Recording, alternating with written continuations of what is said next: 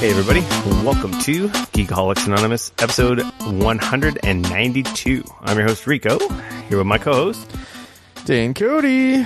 What's up? What's up? Dane, Cody, and I get together once a week, talk about video games, TV, movies, and or whatever the hell we like.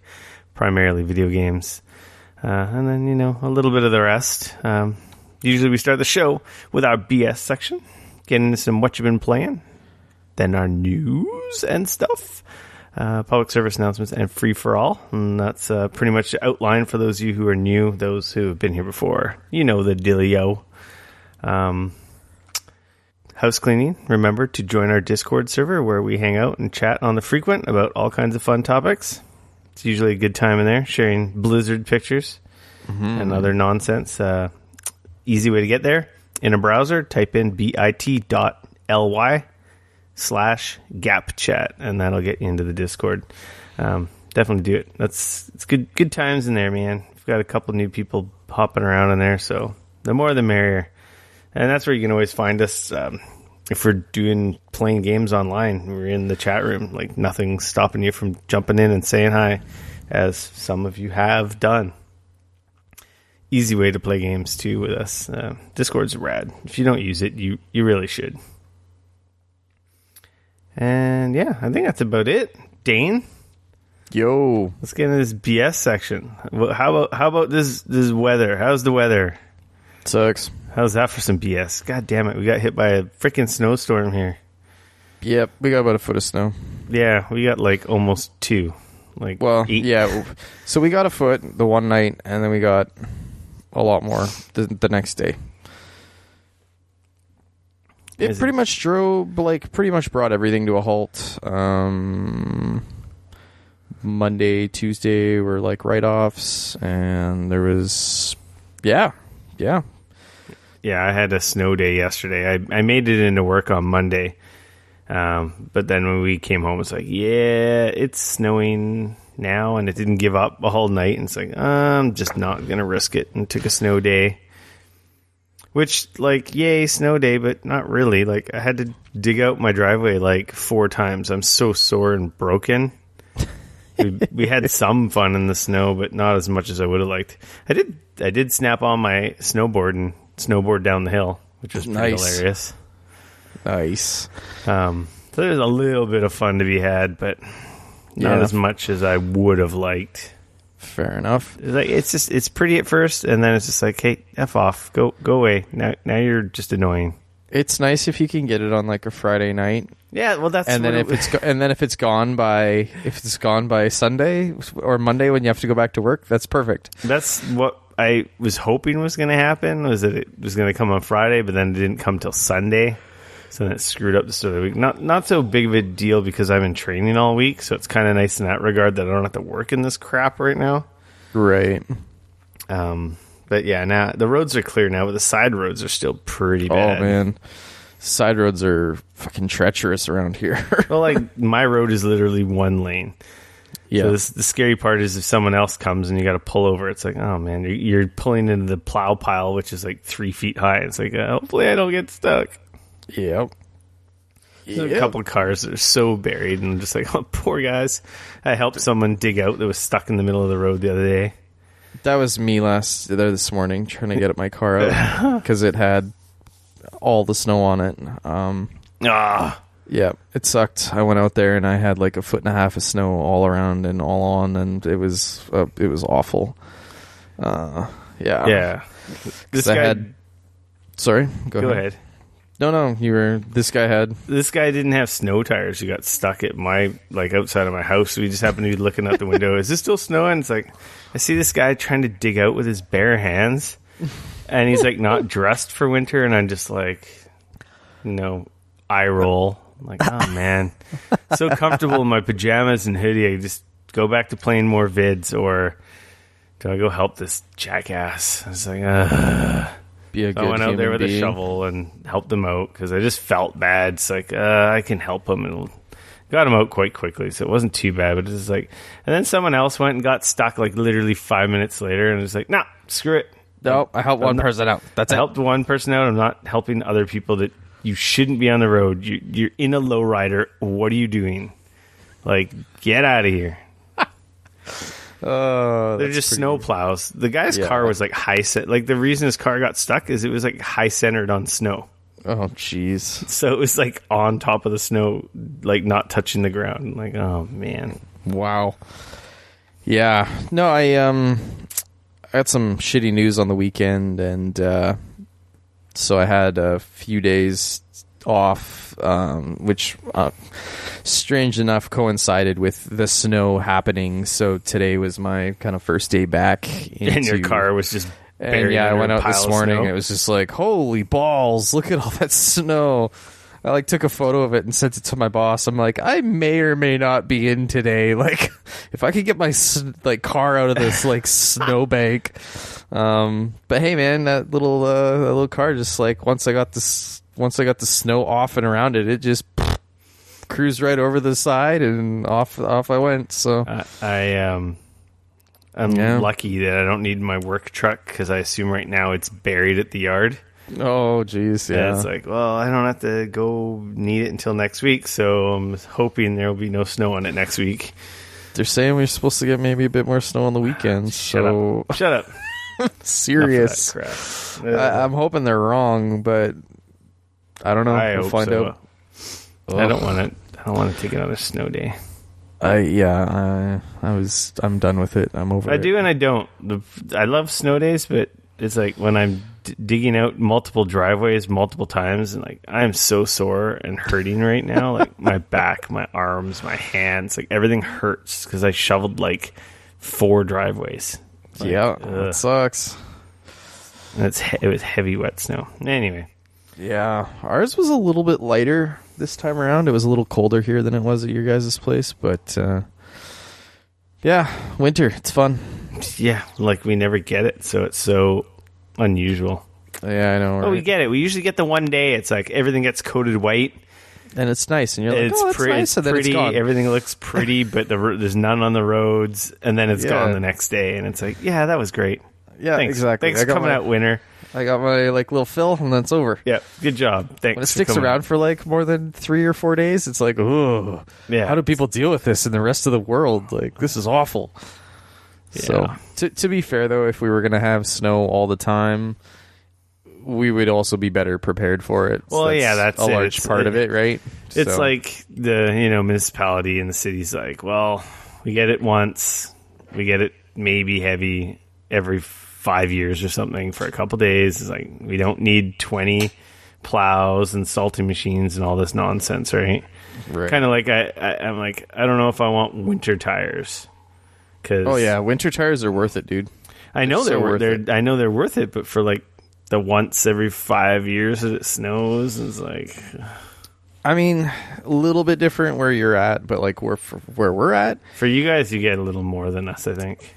Like, I don't put them on my car, but my wife's car, she's got winter tires on it for sure, and it's like a night and day difference. Oh yeah, they're night awesome. and day. It's huge different. Like part of it is like just because having winter tires on that car is just smart. Period, but also peace of mind, so that like it's just. And the thing is like people are like, oh man, like winter tires. But the thing is like there's an upfront cost associated with it, but you end up just changing your tires less. Like, roughly every 4 years you're going to buy a set of tires, and that's still going to happen. But it's once that like upfront cost has happened, you're going to buy a set of winters every 4 or 5 years, and you're going to buy a pair of summers every 4 or 5 years. Like, so you're still going to be buying a set of tires every 4 or 5 years. You know what I mean? Like that's, I don't know. It's just that now you have way better performance in the summer, and you have way better performance in the winter. It's like I said, there's that upfront cost initially, but then it's totally worth it. So yeah, if you like, I'm lucky in that if I miss work, I still get paid. So right, but not everyone is that lucky. So I think that's the deciding factor as to why I don't have them. Right? Because if I don't have to go to work, it doesn't hurt me. If I had to go to work, then I would probably invest in winter tires.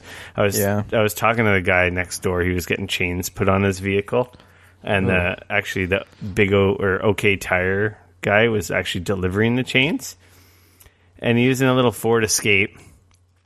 Yeah. And I'm like, is that thing 4x4? And he's like, nope, 2-wheel drive. And I'm like, oh, he's like, just brand new winter tires. Yep. And he's like, the new winter tires are available now. He's like, they're better than studded tires. He's like, the technology and how they work in the snow. He's like, it's amazing. Yeah. And then the other thing is of course, don't buy the cheap, shitty tires. Like, that's the other thing. A lot of people buy like the cheapest tires they can afford. Or sorry, not even that they can afford. They buy the cheapest tires they can buy, period. And it's like when they have to buy tires, yeah. Yeah, and like tires are the only thing that is connecting you with the road. Like, you can have the sweetest car in the world, 4-wheel drive and all the bells and whistles and safety features up the wazoo. If you got shitty tires, it's going to handle like crap, it's going to drive like crap, it's going to stop like crap. Like yeah. Do like a tiny bit of research and just look at like even like a cheap set of tires versus a decent set of tires, and like just the stopping distance alone, even on the dry, it's so different. And especially when you start adding in the wet or obviously winter tires and stuff, like, is even worse. But like just the stopping distance, like you can cut it down by like 20 feet with a good set of tires. That's huge. That's the difference between sliding through an intersection and killing somebody and stopping properly. Like, that's... Yeah. Well, that's it. That's the funny thing with this bad weather. A lot of the people that are, like, wiped out, flipped in ditches or whatever, our cars are just like, why are you driving? Actually, strangely enough, I had to drive... I drove all over the fucking world today. I drove, like, 140 kilometers or something like that, all over the Lower Mainland. And in my travels, I saw over 12 cars in the ditch off on the side of the freeway, and some of them were rolled upside down, some of them were normal. Almost every single car in the ditch was an SUV or something that thought they had all-wheel drive. Subarus, SUVs, Jeeps, big jacked-up pickup trucks, all that shit. They were all like almost. There was only one car that was actually in the ditch today. All the rest of them were idiots that were driving way too fast. Oh, probably, yeah. Or had way more confidence than they should have because, like, oh, I've got all-wheel drive, and like we watched when, like, the day that the snowstorm happened here, we were driving along and we literally drove by a BMW X5 with summer tires on it that had slid off the road and into a building because it's snowing out and there's already a few inches of snow on the ground. It's slick as snot, and yet here you are. But hey, man, you got an SUV and you got 4-wheel drive and you got summer tires on, and you just slid into a building. Never mind, through a rail. Let's be honest, you gave him a little love tap like Burnout Paradise, right? No. Meanwhile, here we were in the rear-wheel drive BMW, driving convertible for that matter, driving by like, what the, because we got winter tires, and it's like... They're pretty amazing. Yeah. Well, Dane. So that's what's been going on in our world. Yeah. Let's quit playing in the snow. Let's get to it, my friend. I have been playing. Well, what have you been playing, Dane? But I'm going to talk first because I got some new stuff to talk about. Na na na na boo boo. Yeah. Sorry, I tried. So talk. I tried. Talk. You'll be able to play one of these. So I got Far Cry New Dawn. Okay.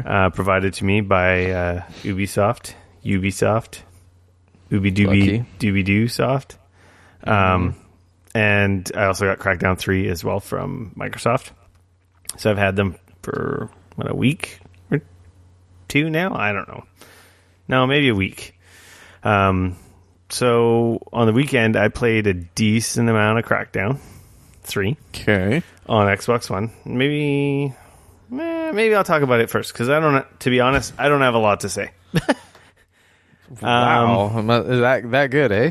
Well, it's not bad. Hey, that's better than Crackdown 2 then. It's better than Crackdown 2. It's better than what I played at E3. That's good. A lot better than what I played at E3 20... When did 18. I play at E3? No, it wasn't 2018. It was the year before. I think it was 2017. That's a year and a half ago. Yeah, it wasn't the most recent E3. It was the one before. Okay. Because it wasn't... I don't believe it was at the last one. If it was behind closed doors because I didn't see it. Okay. It's essentially Crackdown 1 in 4K HD with you play as Terry Crews. Dropping Terry Crews. Do you have to play as him, or you can you can just play as him? The way it works, I can't remember Crackdown 1, to be honest. You pick an agent. And were you run stuck out. as that agent? Okay, yeah, well, and that was the character that you play the whole game. This one, you can I don't know what the name is for it, but you can essentially change your agent at any time. Essentially, it's part of the suit's powers. Oh, it's a suit power. You can change your appearance. I don't know if it actually changes your DNA. I don't know the freaking shit behind it, but at any time, you don't have to be Terry Crews, but I'm going to play freaking Terry Crews, man. Like, hell yeah. Who gives a shit about the other agents? Dude's awesome. It's freaking Terry Crews. Hell yeah. Freaking dropping his freaking smart-ass one-liners and excellent popping off at the mouth. It's, yeah. It is freaking Terry Crews. It's super Crackdown. It's like it's a mayhem simulator, right? Like that was the beauty of the first Crackdown. That's what made it so good. Is you ran around, you collected orbs, or you drove around and you collected orbs, or you blew shit up and you collected orbs, and you leveled up depending on what you do. And you got better, quote unquote, better. You know, when you got the agility orbs, you could jump farther and you could hit harder, and you got stronger. And when you drove and exactly got more orbs driving, your car got cool. There's shit, right? new checkpoint objectives, like taking over little enemy bases, freeing captured people. Right. The story's kind of nonsensical. It's Crackdown 2. It's whatever. Right. It's kind of got the Batman, or not Batman, the Mordor, Shadow of War, or the Mordor games with the captains and the hierarchy of enemies, though they don't get replaced when you take them out. Oh, but okay. as you take out different objectives in the city, you learn more about the certain captain or leader, and then eventually, after you've done enough disruption in their guys. One of the guys runs all the pollution plants that produces the chemical that they use for this weapon. So you take out those plants all over the city, and essentially you fill up a meter, and then it's okay, we know where he is, and then you can go confront him, and kind of like a boss fight. Okay, so a little bit like Ghost Recon Wildlands. Then you got to do all the stuff leading up to it. Then you got to kill those people or get rid of those guys, and then it opens up the big guy, right? I don't think you can just randomly find them on the map. You have to take out their type of business, in quotation mark, because some of them are, the guy, the head of security, or there's this AI that's like the transportation AI, and you take out these subway stations and free them from their control, and eventually you'll find out where that guy is and you take them out. There's lots of varied units, which is kind of nice. There's mechs, that's there's cool. Soldier guys, drones. Is it still fun as hell to run around, collect the orbs? And that's the thing. If you like that Crackdown 1, climbing, scaling the buildings, figuring out how to get those orbs up high, causing a bunch of chaos, blowing stuff up, doing your ground pounds, they've added... So that was the thing with the first game, is... It wasn't like I could give a shit about the story. I couldn't even tell you about the story. There's more story to this, but it ain't no freaking it ain't gonna win any awards, Right, but the thing is that game was fun because you essentially had a giant playground to go run around in, scale the buildings, jump off of them, throw explosives, crash cars. It was kind of what I loved about Far Cry 5 last year, is that it just kind of feels like when it was being played as a giant sandbox, it's fun. You just to kind of run around and blow stuff up and just to have fun with it and see oh, I wonder if I can jump up here and then I can grab this car and I can, you know what I mean? Just to kind of figure out different ways to create chaos and fun. That was kind of what, in my opinion, what made that first Crackdown game a lot of great. Yeah, and they've definitely nailed that aspect. Early on, because to be fair, if they made Crackdown like you said, it's Crackdown in 4K HD. That sounds all right. That's what I get from it. Like, I'm not gonna lie, I've probably done like a third of the missions and a third of the map, so I haven't beaten the game. Right, but I feel like fair. I've seen everything the game has to offer. There's some new skills that I haven't quite unlocked yet, but like I've got the double jump, or it's not really a double jump, it's like a booster, like jetpack that gives you a little additional boost, and then you got like an air dash, and I got the ground pound, and I got the multiple weapons, and the grenades, and the freaking transforming vehicles, and all that stuff, and it's, I don't know, I'm having fun with it, but at the same time, I kind of feel like it's just the old game. Up-resed. And, I've read some people's impressions. Like, I don't know how people on the internet are able to say anything because it's actually embargoed. The embargo's up by the time this podcast goes up, but I've seen people's, like, impressions and streams. Like, I'm like, I don't know what's going on there. And they're like, it looks amazing. I'm like, it looks good, but, like, it looks, I don't know. It's high resolution, but to me, I think it looks kind of very flat. But that's like the way that it's very neon and flat textured, and that is the style of it. So to me, I kind of feel like the graphics don't look that great. I feel like it is like an up-res 360 game. Right. And at first, before you get some of the orbs, I find the first section of the game, I felt like the control wasn't very good until you got more orbs and increased your agility and stuff. I felt like it didn't control very well. Tanky almost, or just loose, very loose, and kind of weird. The jumps were weird, and then it's like you get to a point where you upgrade a few levels, and like okay, now this feels good. It's like I think the game's not designed for them. The environments are not designed for you to not have like a high agility to traverse around easily. But I'm excited. I can pre-install it now. And it'll unlock tomorrow night at 9. The thing is everyone who has Game Pass, like, it's such a low barrier entry to check it out, especially if you liked the first Crack. Like, if you're a cuckoo for the first Crackdown, like you have very fond memories of it and you really liked it, you'll find something like in Crackdown 3. If you hated Crackdown 1, this is not going to do anything for you. They're ignoring all the stuff they got wrong in 2. Good. Dialing it back a little bit to the stuff that people loved in 1. And they've added some new stuff and some new refinements. And, like, the interface is nice. The menus are nice. Some of the quality of life stuff, you can tell they've thought about some of the stuff a little bit.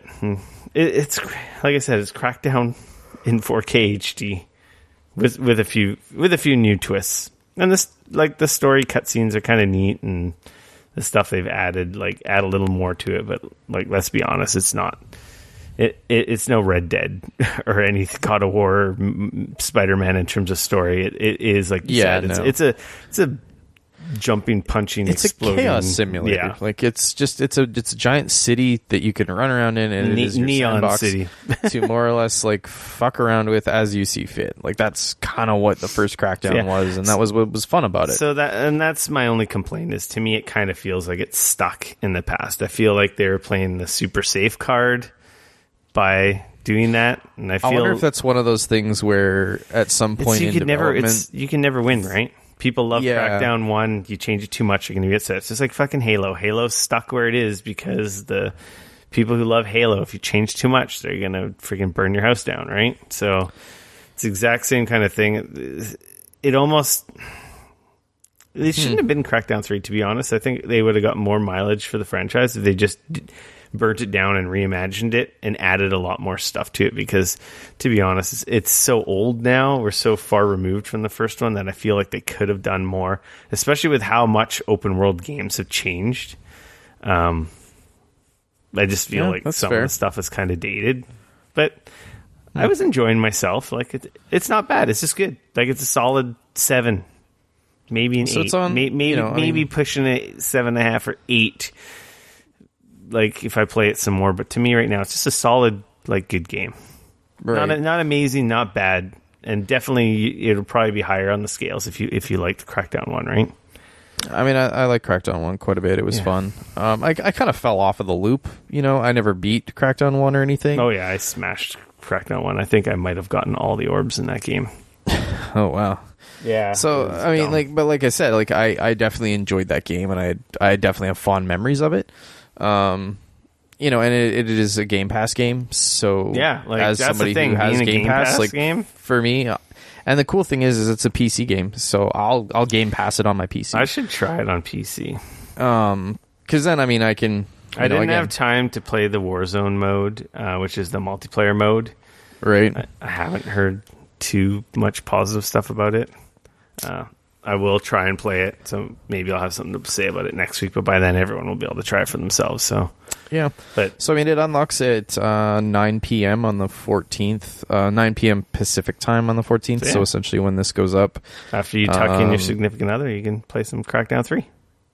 Yeah, there you go. You've had too many glasses of wine, honey. Good night. So I'll definitely I'll probably, once we're done recording, I'll probably pre-install it and get it ready to rock and roll, just so I can give it a whirl when it does launch tomorrow. Far Cry New Dawn is the other new one that I played. It's a sequel. Is that the one that you've kind of put like more time into? Yeah, I put more. I saw you loading that up quite a bit on the over the course of the last surprisingly few days, played a decent amount. I kept wanting to play more. I'm really enjoying it. Far Cry New Dawn is a sequel to Far Cry 5, but not a numbered sequel, just like a direct continuation. Same, it's still what do they call that goddamn town? Hope County. Hope County. It's in Hope County. It's, I believe, 17 years after the end of Far Cry 5. Okay. I don't know.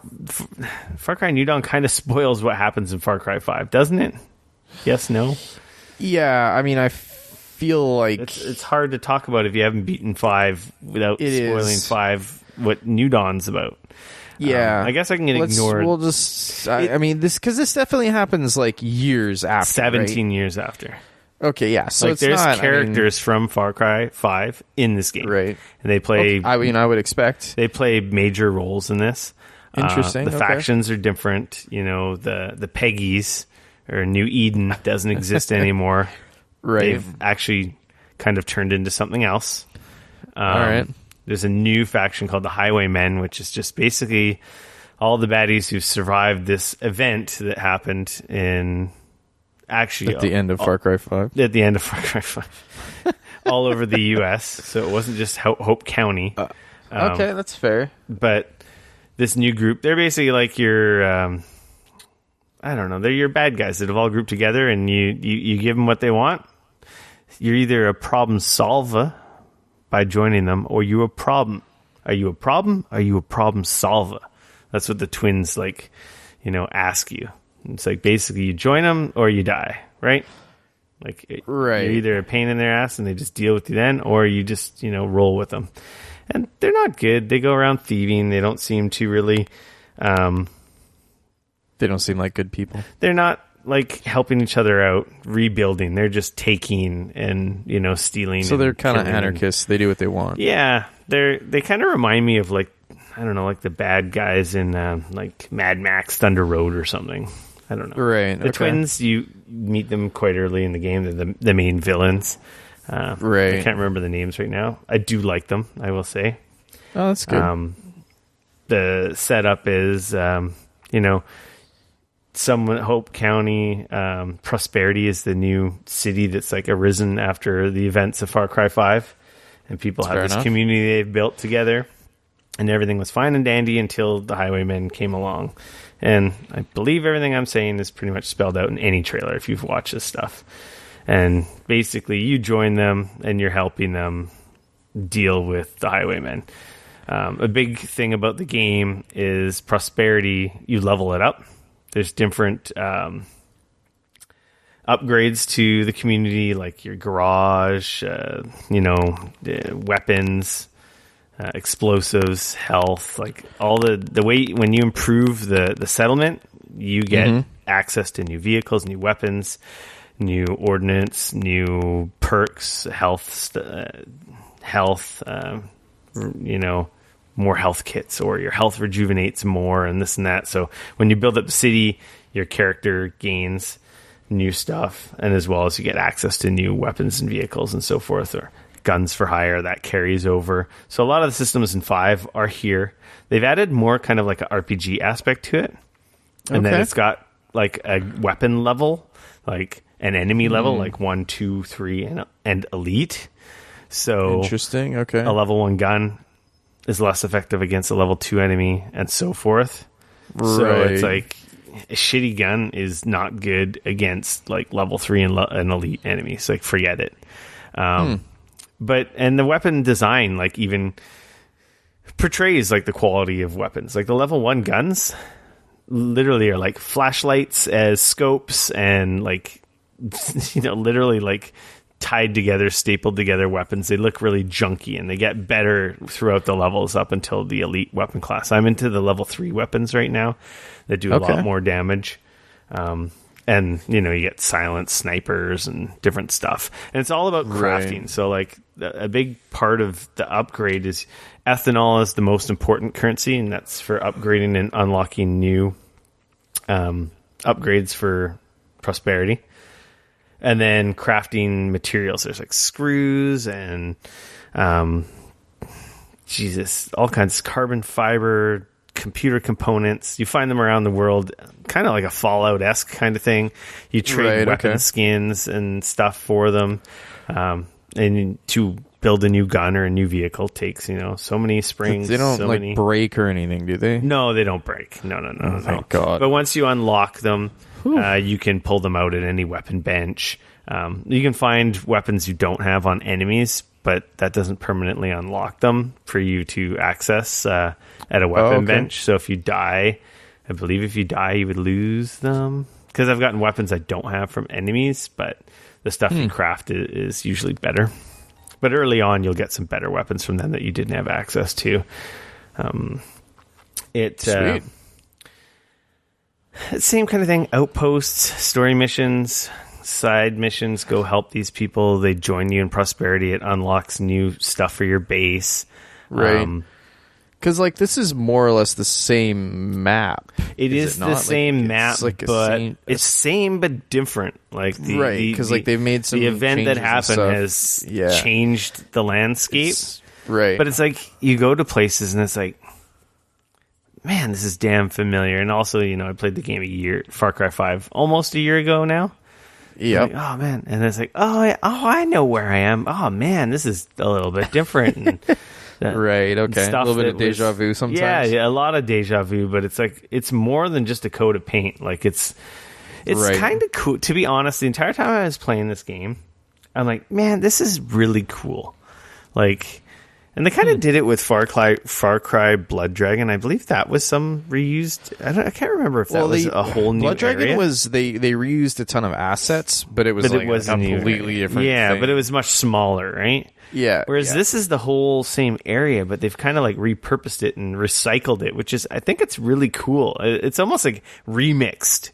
That's what they did with Primal, right? They took the Far Cry 4 map, and that's what they built Primal on. So they changed a ton of the gameplay and a ton of that, but Primal was more or less it was a part of 4, not the whole map, right? Yeah, I don't remember. I can't remember. I never played Primal, so. That was actually, neither did I. But I just know that was kind of what they did, a similar thing here that they did with Primal. I'm like, melee Far Cry, I'm good. Caveman, I'm good. But yeah, it's really cool. It's neat in that aspect. Like, I really like visiting the areas because there's some, like, I like Far Cry 5. I just maybe it's a little bit of fatigue, and I'd say maybe that might be the only complaint about this game is, like, if you're Far Cry fatigued, it's more Far Cry. It's all the same things. It's outposts. It's guns for hires. You know, besides like the more RPG-esque stuff they've added, it's very similar. In terms of like the bones, they've added like stuff, like the way the weapons and the crafting and, you know, all the stuff you get. Like, crafting's a big thing. Getting the ethanol, freeing the outposts, like, doing all this stuff kind of like is basically filling meters to unlock new stuff. So you're kind of earning, with everything you do, you're kind of earning something, whether it be new vehicles, perk I was going to points. ask, are there like still like helicopters and stuff? Oh in this one? yeah. There's sweet. helicopters. All right. But you got to upgrade your garage, and then you can craft them. And then the first Okay. helicopter sucks, but it's not good like the final helicopter, which I'm nowhere near crafting. But Right, gotcha. and you can't fast travel until you unlock a certain part of your home base, which allows you to fast travel. Interesting. Something that's also new. That does take you to new areas is the expeditions. There's a guy you unlock in Prosperity who takes you in his helicopter like to other parts of the U.S., like not even in Hope County, like completely new That's cool. areas. Like, so completely different. Yeah, where you're basically places. they're like self-contained missions where you're basically raiding like highwaymen bases, and you're stealing a package which has like a bunch of resources.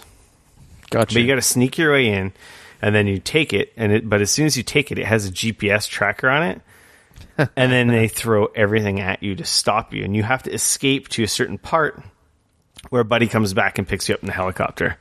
So it's a little bit of a capture the flag, so you know, but then you got to take it, grab it, take and it get the somewhere, hell out. and then kind of survive almost like a little mini horde mode because you're just getting, they're throwing everything at you. Right. The first one's like an aircraft carrier, which is kind of neat. Oh, that's pretty sweet. Those are kind of cool, and those are like little self-contained missions. And of course, you get a bunch of resources when you complete them. And something they do in this that's a little different too than the last Far Cry is you can reset outposts at any given time, and they upgrade in difficulty if you reset them. And there's 3 difficulties. Interesting. Okay. And basically, you scavenge all the resources. So then basically you cash in the outpost for resources, and then basically you give it up. You don't maintain it or man it, basically. So then what happens is the highwaymen repopulate it, and then essentially you can replay it at a higher difficulty and get even more rewards, and it's harder. Huh. Which is kind of neat. So that's like a new challenge, for people who like doing the outpost, because I believe in Far Cry 5 you can reset them all, but I think that's like after you beat the game and you're just effing around in the world still. I can't remember, but I know you can reset them, but you reset them all. I think you're right. I think it's you reset them all at a certain point. I can't remember the exact mechanic around it, but this one you can at any time, and it makes sense for the world, right? You're going to scavenge all the resources in the base. There's no point holding it, right? So then you go back, and then they end up taking it over again and building it. Well, I don't know if they necessarily build it up again. It's just their mechanic for allowing you to redo the outpost again. Yeah. But I imagine there's a ton of outposts anyways. So I mean, there's really a ton. I think I've done like 7 or 8 because I was like trying to grind out upgrading my weapon bench because I wanted the level 3 weapons because I really wanted a silent sniper.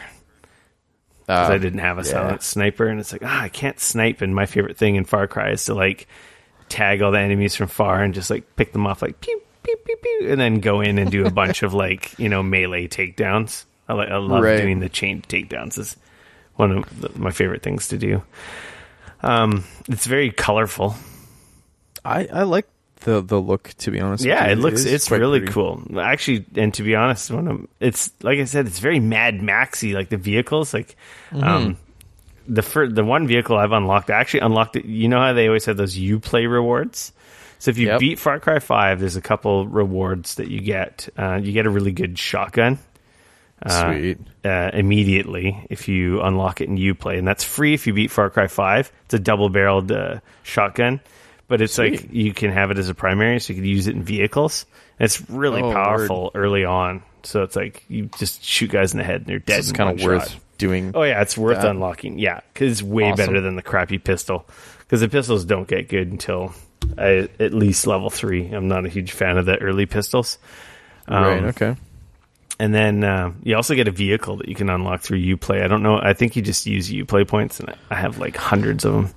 So I unlocked this really cool like monster truck car thing, and it's a pretty fun vehicle to drive around. Everything seems to be like 4x4s and total Mad Max ish vehicles.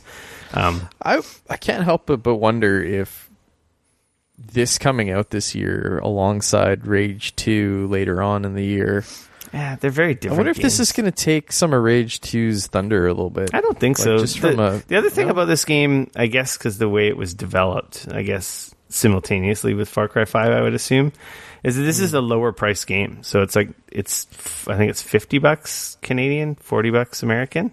So it's not like a full like retail versus $80. Canadian. Yeah, it doesn't have the multiplayer stuff, but if the repurposing the assets, which I think is kind of cool because I like Far Cry 5, you really like Far Cry 5, getting to play a game you already really like with a new coat of paint, new story, new characters, which who knows by the end of it, I don't know if I'm going to like it more or not. So far, I am very intrigued with the story so far. I'm enjoying the story. I was just going to ask, like, because that was, I mean, my single biggest complaint about Far Cry 5. It was how bad 1, the story was, and how bad 2, their freaking bliss bullets. Yeah, it doesn't have that. It doesn't have that. I think they heard that. There's none of that in this. You can just screw around to your heart's content and move the story. That's there's no like taking it down an area until they drag you off and force you to see the story. You control the pace of the story in this one, unlike 5. Okay.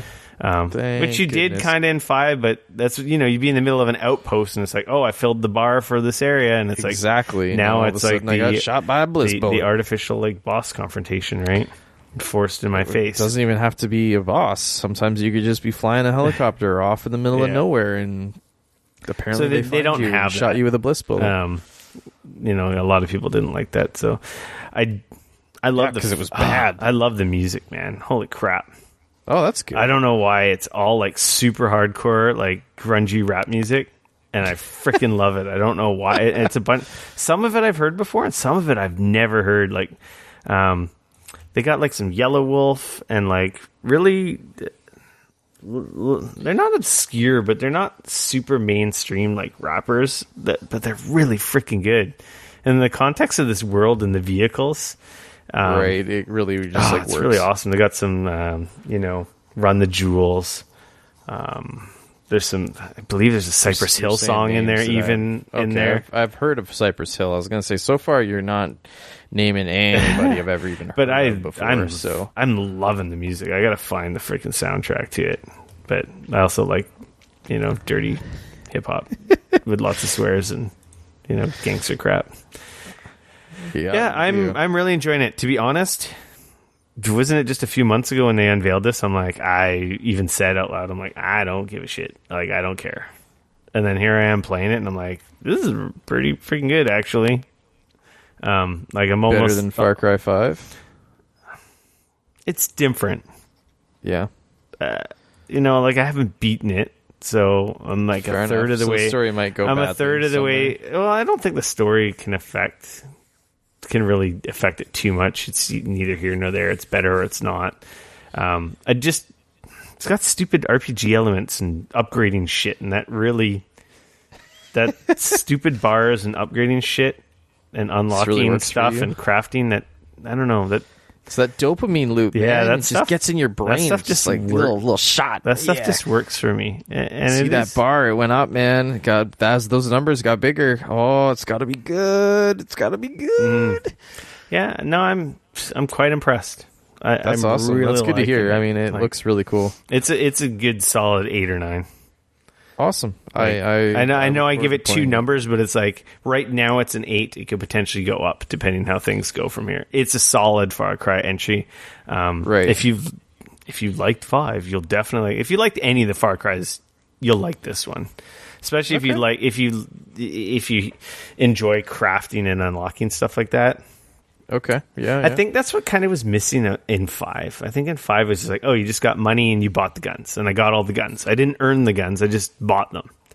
Whereas in this, I won't lie, I didn't mind. That didn't bother me at all. But yeah, but it's just like but I unlocked all the guns in Far Cry 5 so early, and then it was like, well, then I was just going through the paces to beat the story.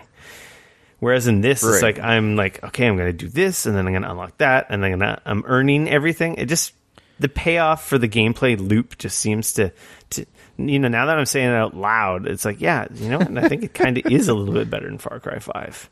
Huh? All right.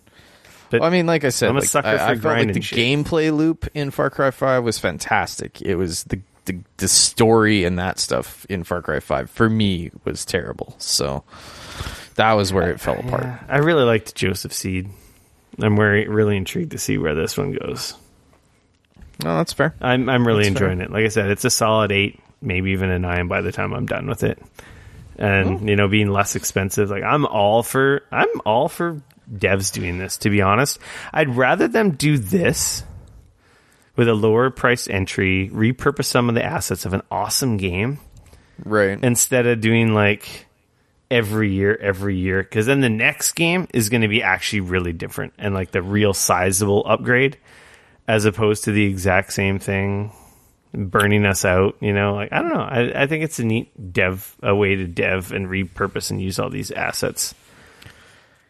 Yeah, this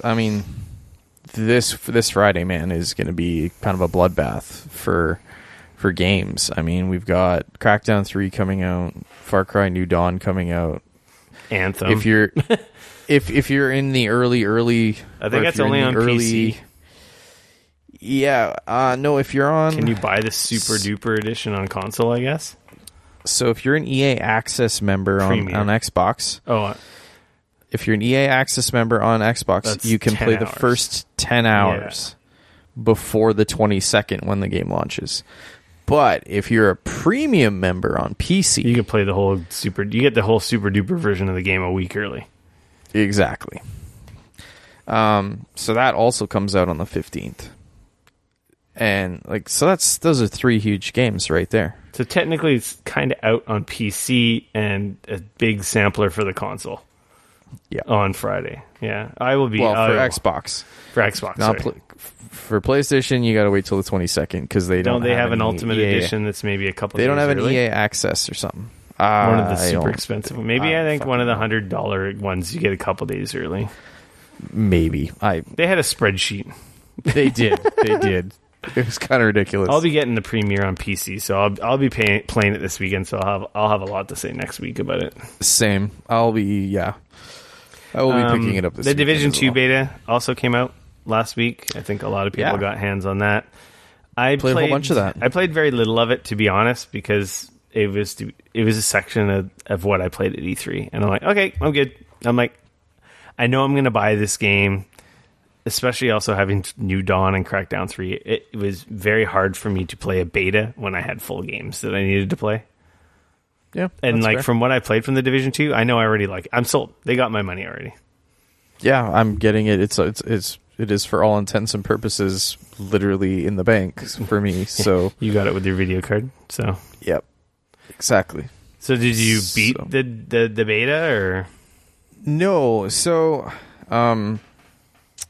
I played a whole bunch of it.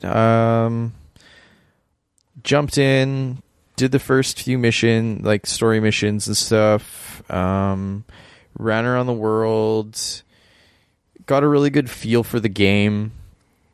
And then your brother-in-law, actually, he and I got him a code. Maybe he's telling me he was having a hard time freaking trying to install it. Yeah, to be honest, that was actually the one real complaint, is the way that those codes worked was really weird. You had to send them. Well, so 2 things though. First, so I had him on my Uplay friends list, so I invited him to the beta using that. Turns out that he didn't fucking know what the login info for that user was.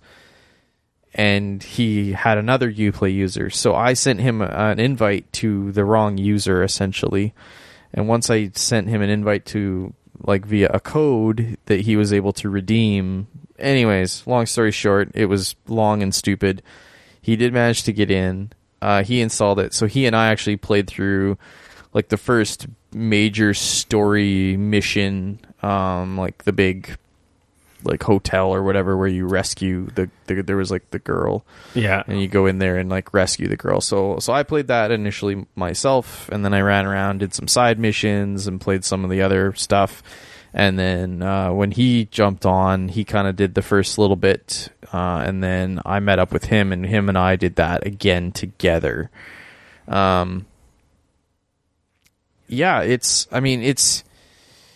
It's kind of what I wanted out of a second Division. It feels similar enough to the first game, but it's all new and it's all pretty. Is like the new it's area, a different location, a little more color.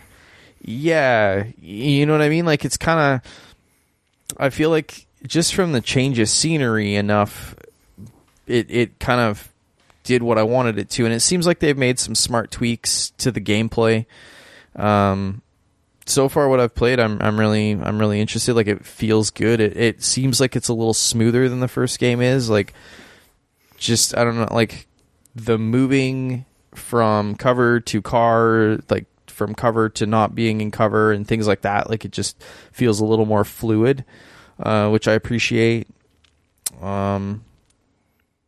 Yeah, I mean, it's if you liked the Division 1 or you didn't like it, this is not going to do anything to change your mind, I don't think.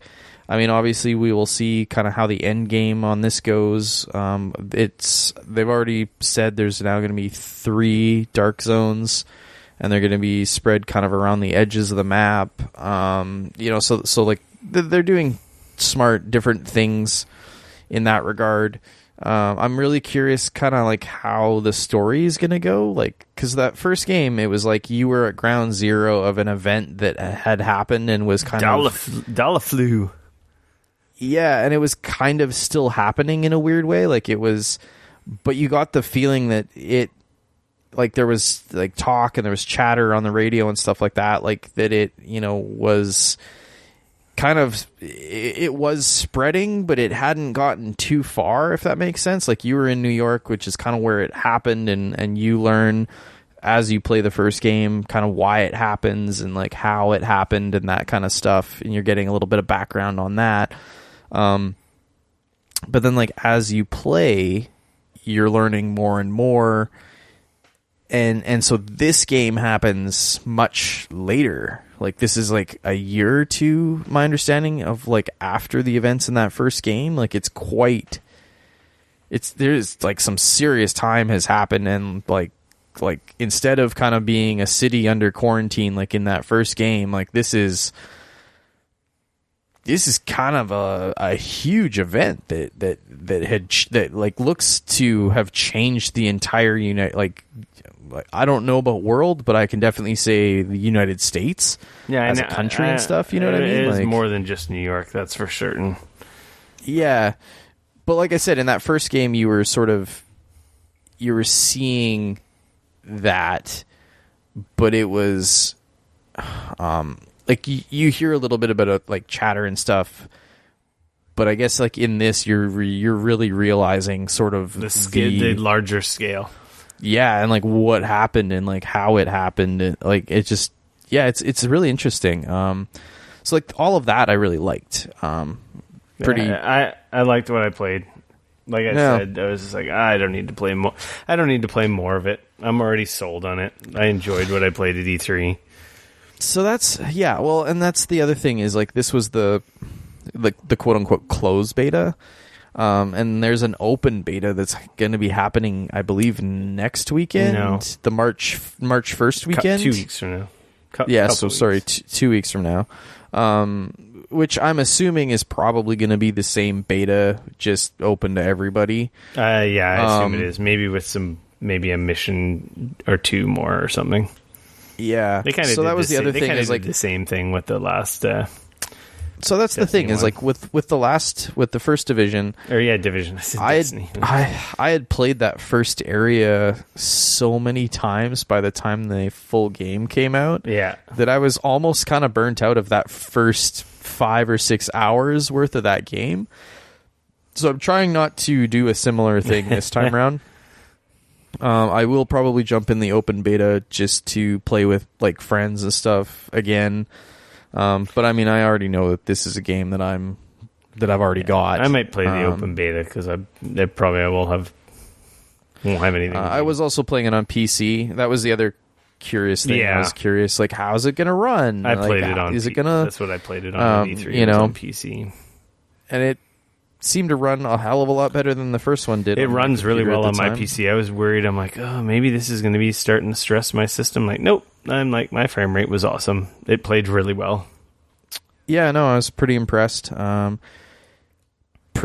again, I'm getting kind of surprised at some of these newer games. They're starting to really like actually tax the processors a bit, which is good. It's good to see. No, like, they're it's actually good that they're used. using the power that's available to them. Yeah, exactly. Something they were like, really bad at before. Yeah, they're finally getting better at that. There was a little surprise release today. There was a Nintendo Direct this afternoon, and out of the blue, Nintendo's like, "Yo, here's Tetris 99, a Tetris Battle Royale, and it's out now." It's like, what? Like, who saw this? So coming? 99 Tetrarinos, fall into a map, and no. So tell me about that. Like, how the hell does this work? Like, It's how on earth did you have a 99? It's 99 people playing Tetris Until one person is left, and it's as you're completing lines and leveling up, it's getting faster, and it's just like any version of multiplayer Tetris where you send junk blocks to the enemies. You can specifically target people on other players, like in the on the sides of the playfield. You see a bunch of little mini rectangles, right? Which are the other players' playfields, which are like you can kind of tell when people are in trouble. And I'm sure on a TV it's a little easier to tell exactly what's going on their screens. Right. But you could target specific guys to send your junk blocks to, or there's a couple like auto, like there's random, there's different criteria for where you send the blocks. So you can kind of, with your right stick, you can choose one of 4 different options, or you just choose specifically someone exactly to target. Or you can target, or it auto targets people that target you is one of the, and you basically just play Tetris and it gets faster and faster and faster until there's no one left. And then you come in 4th place and you almost died because you almost had a heart attack. Yeah, it works. It's Tetris against a bunch of other people. It's kind of cool. And it's free. Like, if you got a Switch, I don't know, maybe you might have to have Nintendo Switch Online. Maybe that's the catch.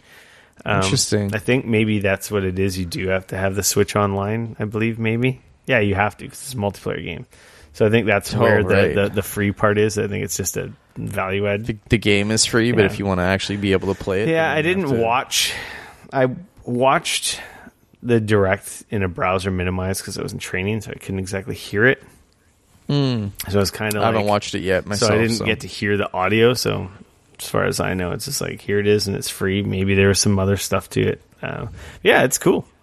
If you have Nintendo Switch Online, I recommend you download and check it out. So I played 3-4 rounds of that on the way home. Yeah, I came in 4th is the highest I placed, and I came in. Whoa, what am I doing there? And I came in 14th, and then I had a really bad game where I'm like, oh yeah, there's like 4 Tetrises lined up, and then all of a sudden I just like. My pile just got shot through. I'm like, what? Oh. I guess someone saw that my pile was high and specifically targeted me to send some crap to. Probably. And it went from like, everything's fine to like, I'm done.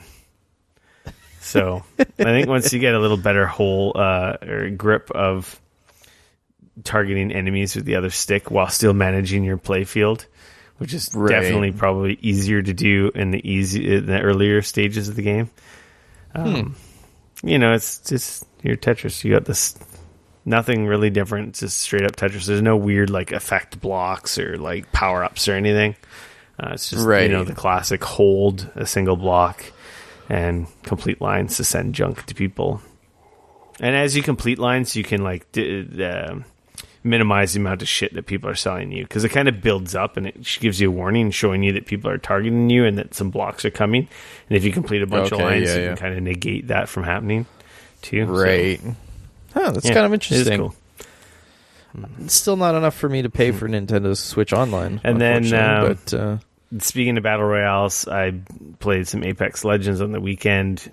I finally won a match, and then I'm like, yeah, I'm going to retire at the top. I'm champion esports number 1. That's right. And then I was like, done. No, I wasn't done. I really want to play more of that game. I really like that game's freaking awesome. But I had other stuff. I played a bunch. To play. I played a bunch of Apex Legends over the weekend. My squad and I came in 5th at one point a couple times. I had one like good match. I've had a few top 5 finishes. Yeah, winning's hard. It's fun. It's a really good game. It's an awesome game. I'm not, I've not been a huge Battle Royale fan whatsoever, and this definitely is still installed on my computer. It's the best one. I still have been playing it. To come out of nowhere, it's just like, I don't know. It's pretty amazing. Yeah. We'll talk about it in news.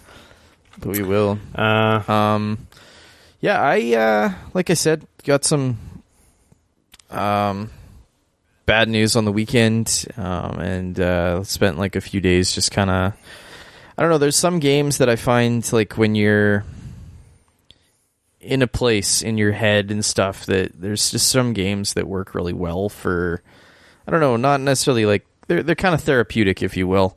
I spent almost an entire day playing Heroes of the Storm. There was like some finishing up on like some of the Chinese New Year stuff that they had going on in that game. It was kind of left over from like Christmas, New Year's, kind of stuff like that. And for whatever reason, it was just a great game to dive into, and it was, I don't know, it's easy to kind of jump into games. There's a little bit of a loop, and it's fun. Yeah. It just worked really well. They're always adding new like characters and game boards and stuff like that to that game, and it's just it's going to be really sad to see that game finally go away. Like I know, they haven't announced it's going anywhere or anything like that, but in a weird way, killing the esports scene kind of, I don't know. It'll be really interesting to see like how that game does in a year from now, for example. Sort of I'm pretty sure the player numbers aren't going to be going up. Yeah, and even just seeing like how like with their like Christmas sale and stuff, how they kind of didn't even really mention anything with Heroes of the Storm. It was just kind of like, oh yeah, they get all this other stuff and all of our other Blizzard games, and there's a couple. Yeah, it was kind of interesting, but we'll see. That game it's so much more low stress than all the other MOBAs out there. That's the thing, I think. I really liked it. It's just so hard to play all these freaking games. Like these games as a service that demand so much time. Yeah, you can't. But it was just like, I don't know. There was something about it that, like I said, it's so much more low stress. Yet my mind is kind of in it. I'm not thinking about other shit that was going on. And it just, I don't know. It was, like I said, it was kind of therapeutic. It was actually kind of funny. I spent almost all day Monday playing that. And then yesterday I played I played Forza Horizon 4 almost all day. That's a good game. Man, there is something incredible about turning that game on, cranking up the volume, you got the headphones on, and just driving. Like sometimes in that game, I'm not even going to and from for a reason. I'm just driving. Like just putting on, like I find that the radio stations are killer in that game, and I put them on and I just switch to a car that it doesn't even have to be like something super crazy fast, but just to be able to drive. Like I kind of wish I was able to drive on roads sometimes, and it's just, there's like, it's weird. It's like being able to go for a drive but not have any worry about getting a speeding ticket. The game makes me want to buy a steering wheel every time I play it. I regret listening to you idiots and stopping me from buying that one on Boxing Day. So I finished the top street racing league or whatever. You get to there's different levels. I hit level 10 on the street race scene, or not the street race. Did you get any cool dances or hats? We're gonna get to that in a second. So I finished because there's the different there's street races, there's road races, there's off-road, and then there's the overland ones. So there's all these different sort of areas of the game. So I finished all of the road races.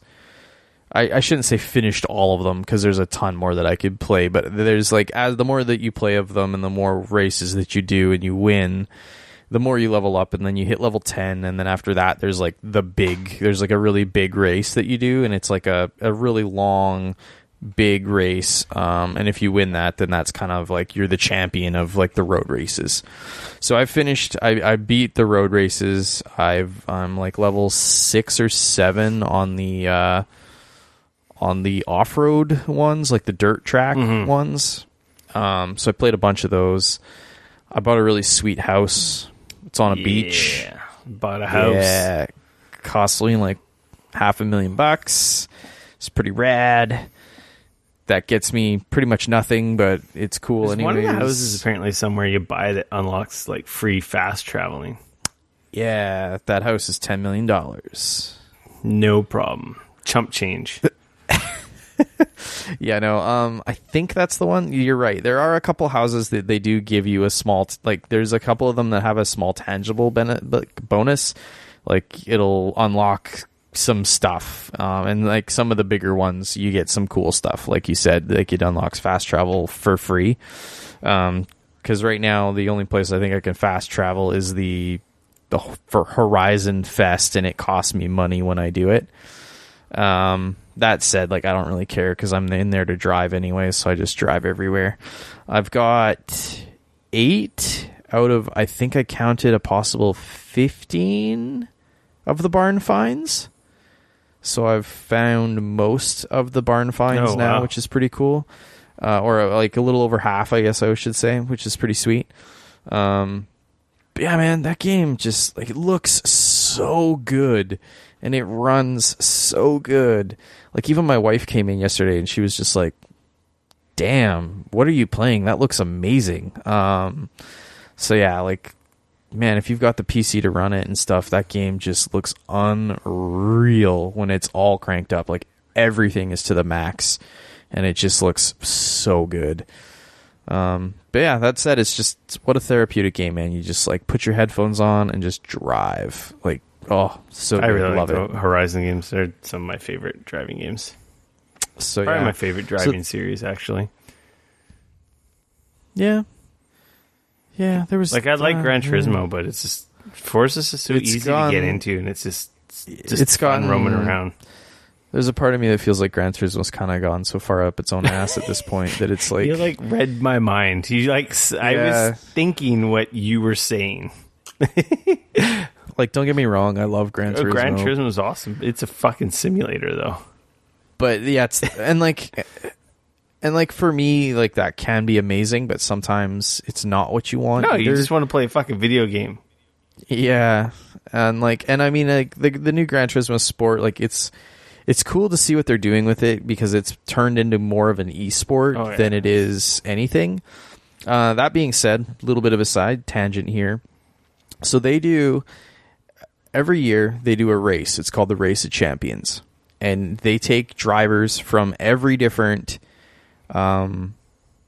pedigree of driving. You've got Formula One drivers, you've got rally drivers, you got NASCAR racers, you got Le Mans drivers. Like you have drivers from like IndyCar, like everything, and they put them all in the same car and they race the same tracks, and it's like a whole weekend, and it's called the Race of Champions. This year, the guy that won the Race of Champions, get this, was the esports winner for this season of Gran Turismo Sport. Wow, really? Really? That's crazy. That's insane. So goes to show you how freaking good Gran Turismo Sport is at simulating. That's kind of where I'm sport. going with this. Exactly. So it's like a flight simulator for cars. Pretty much. There you go. Awesome for him. So there was a lot of people that were not real thrilled about that, but I thought it was pretty fucking cool. So there you go. That being said, though, pretty freaking awesome. That's insane. Yes. That being said, like I said, Gran Turismo is kind of up its own ass right now. With how damn realistic it is. And I just want to play a video game. I don't want to have to stress about driving a car in real life. Yeah. So anyways, I think that's what we've been playing. All right, let's get into our news. Let's get into the news. News and stuff and more news. Yes. Destiny 2's Valentine's Day event has started, Crimson Days. We've got details. I'm not going to go over them because it's, hey, Destiny, grind some stuff, get some stuff. It's all about... There's going to be guns. There's going to be... It's all about Crucible and that'll be red. Duos playing with your partner in duo doubles activities. There's double matches. There's doing strikes with just 2 people, doing a nightfall with 2 people. You get some freaking candy. You trade in the candy for rewards. And there's a legendary bow and a cool freaking sparrow and stuff. And yeah, I don't know. I haven't turned on Destiny really much in 2 weeks, so yeah. I did do the Shattered Throne this week in Destiny. Pew, pew, pew, pew, pew, pew. Destiny. I did do the Shattered Throne dungeon though. Me and Teacup a couple of weeks ago. I don't remember if I talked. I don't think I talked about it last week. That was really cool. It was like a mini raid. We had one of our clan mates basically carry us through. Like, you put on a big backpack, and me and Teacup jumped in. Right. But yeah, he was seasoned, and we were also a much higher power level than the first time we tried to attempt it. Which, man, it makes such a huge difference. Like, I don't know. So that was fair cool. enough, man. That was a lot of fun.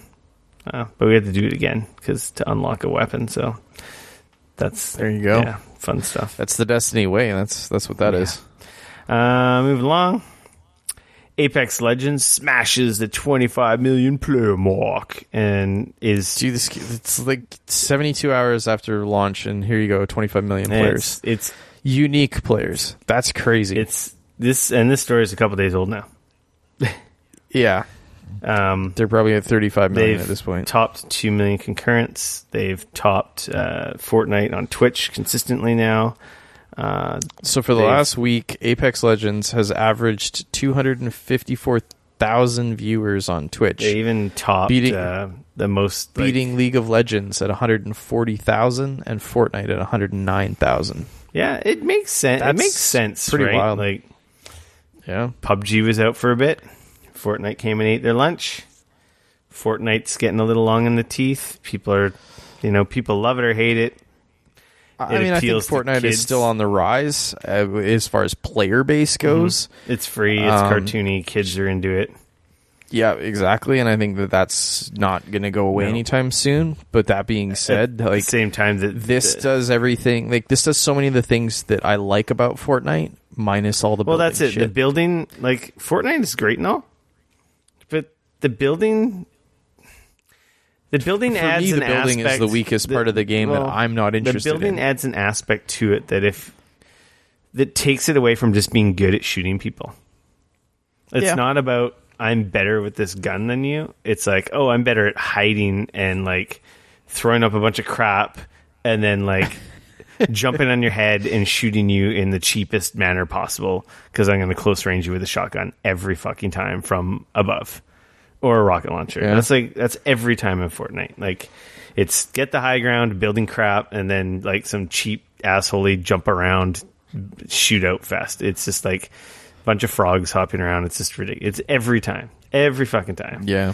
Whereas this I do want to point out that this game is also, like, brand new, and it's kind of the new hotness. Yeah, you know but it is like, also more, it's a tight just shooter. It's about the weapons and you versus the other squad and coordinating.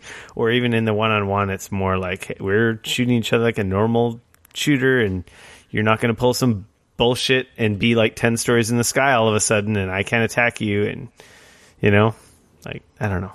This does so many things right. It's a good effing game. So yeah, it's out of nowhere. I would have expected it to be moderately successful, but not to this level. This level is just it's crazy. Yeah. They've smashing all kinds of records. They've announced their season of content is going to kick off in March.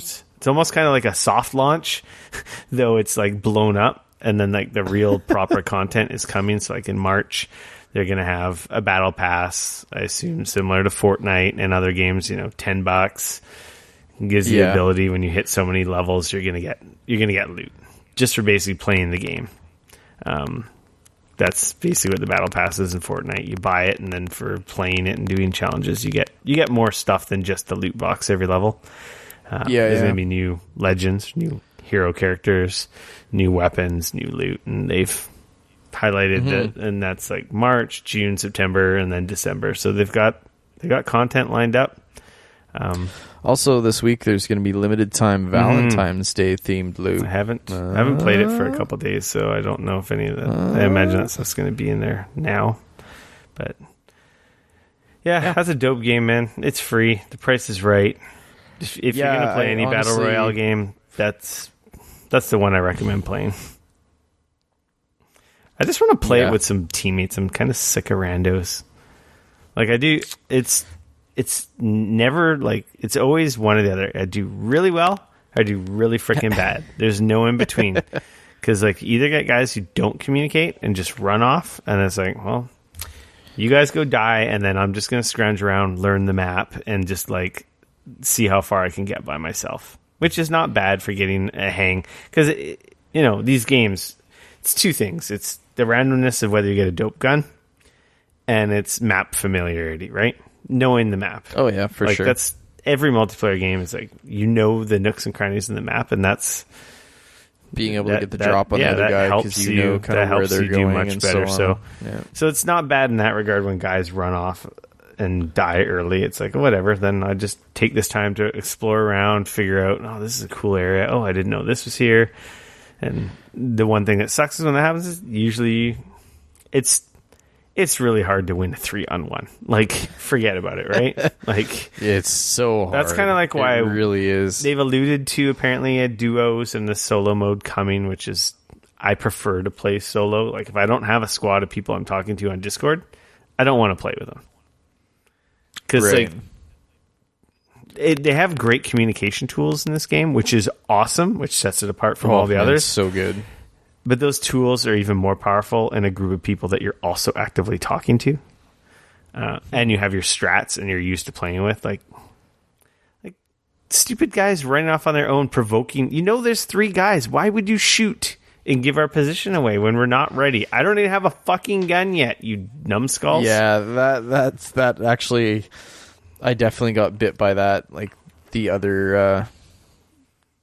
on the weekend when I played, and we landed, and I was running around trying to find something, and one of my teammates was taking pot shots at somebody with a pistol. Yeah, that's just dumb. So yeah, because you can kind of see what weapons they have and whether it's worth engaging. And at range, you're not going to do any damage. So it's like, if you don't have a sniper, don't engage. It's that simple. If you don't have a sniper, don't engage, because you're just giving away your position. Anyway, that aside, I've had a couple frustrating matches, if you can't tell. And then I've had some really awesome matches where, like, we land on the supply ship, we jump right in and go straight to the supply ship, loot the high level shit on there, and then it's like, oh, there's 2 other squads here, and guess what? They don't have guns. We got all the shit first. They don't have guns, and they're idiots and don't realize they could just jump off and have no fall damage. They're just running around trying to avoid you blasting them with the high level weapons. That's a lot of fun. Had a couple of games like that. I was like, this is awesome, because who doesn't like shooting fish in a barrel? Yeah.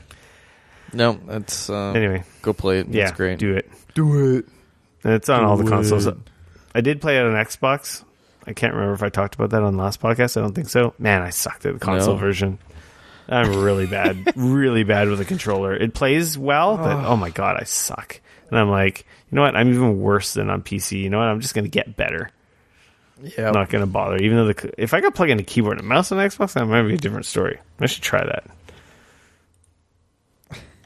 Yeah. Last week we talked about Axiom Verge. It's Verge, right? Axiom Verge. Crashing.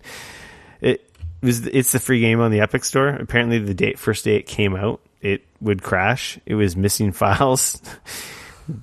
Interesting enough, missing files, the name Steam embedded in them. The dev, and we'll give him a break. He's a one-man show. He just removed all references to Steam and didn't realize that it removed like a DLL, which ended up making the game basically just crash. So yeah. Anyway, I was thinking it being Epic and all, I shouldn't include Valve's DLLs and such. Yeah. So I excluded all files with Steam in the name. He explained somewhat sheepishly. Whoops. That's pretty funny. And then it was fixed. So if you've downloaded it since, it should be fine. Yeah, if you just did, it'll update automatically. That's a good game. I think it's still free, I believe, on the Steam store, so you should or on the Epic store, so you should download it. That's a dope game. Yep. I think for 2 weeks. I think next week is the new other free game that they're going to drop. What is the next one? Do you remember? I can't remember. Let's take a quick peek, shall we? Well, the next one is going to be Thimbleweed Park. Okay. Which actually looks really good. It's kind of a adventure. It looks like a point and click kind of adventure game. Which is actually funny because that was actually on my Steam. It was on my Steam wish list, so there's a game I can take off. So that's pretty awesome. Activision, a couple days ago, announced there's gonna be some hints of layoffs. That day came, I believe, yesterday. Apparently, they reduced their workforce by 8%, which turned out to be around 800. People. This story from Kotaku, from our friend Jason Schreier. Once again, you can read into it. They had their conference call. Bobby Kodak's like, yeah, we're in a great place, record year, yada, yada, yada. We're doing some restructuring, and a bunch of people. They made more money than they ever have. Yeah. But they didn't hit their projected goals. And they predict that 2019 So they made up a number. Yeah. And because they didn't hit that made up number, even though they didn't make enough money. They made lots of money, but it wasn't enough for the monies. They didn't make all the monies. They only made a lot of the monies. Oh. It's so bullshit. This is the beauty of capitalism. They at claim its finest. It affects non-game development departments such as publishing bullshit. and esports. They also claim that this had a lot to do with Destiny leaving. That they had a whole bunch of support staff for Destiny that would no longer needed to be there because, well, they no longer have Destiny. I saw lots of tweets from devs and stuff that were affected. So. Oh yeah, no, I'm just saying this is what Activision said. Yeah, it's pretty shitty when a company makes a bunch of money, it's not enough, and they still. This is like a short-term stock manipulation tactic. It's so. Any company that's traded on the stock market, they always seem to fucking do this. They miss their goals. They still have a good year. It's not good enough, but they have a fantastic year. They don't have to let go of anyone.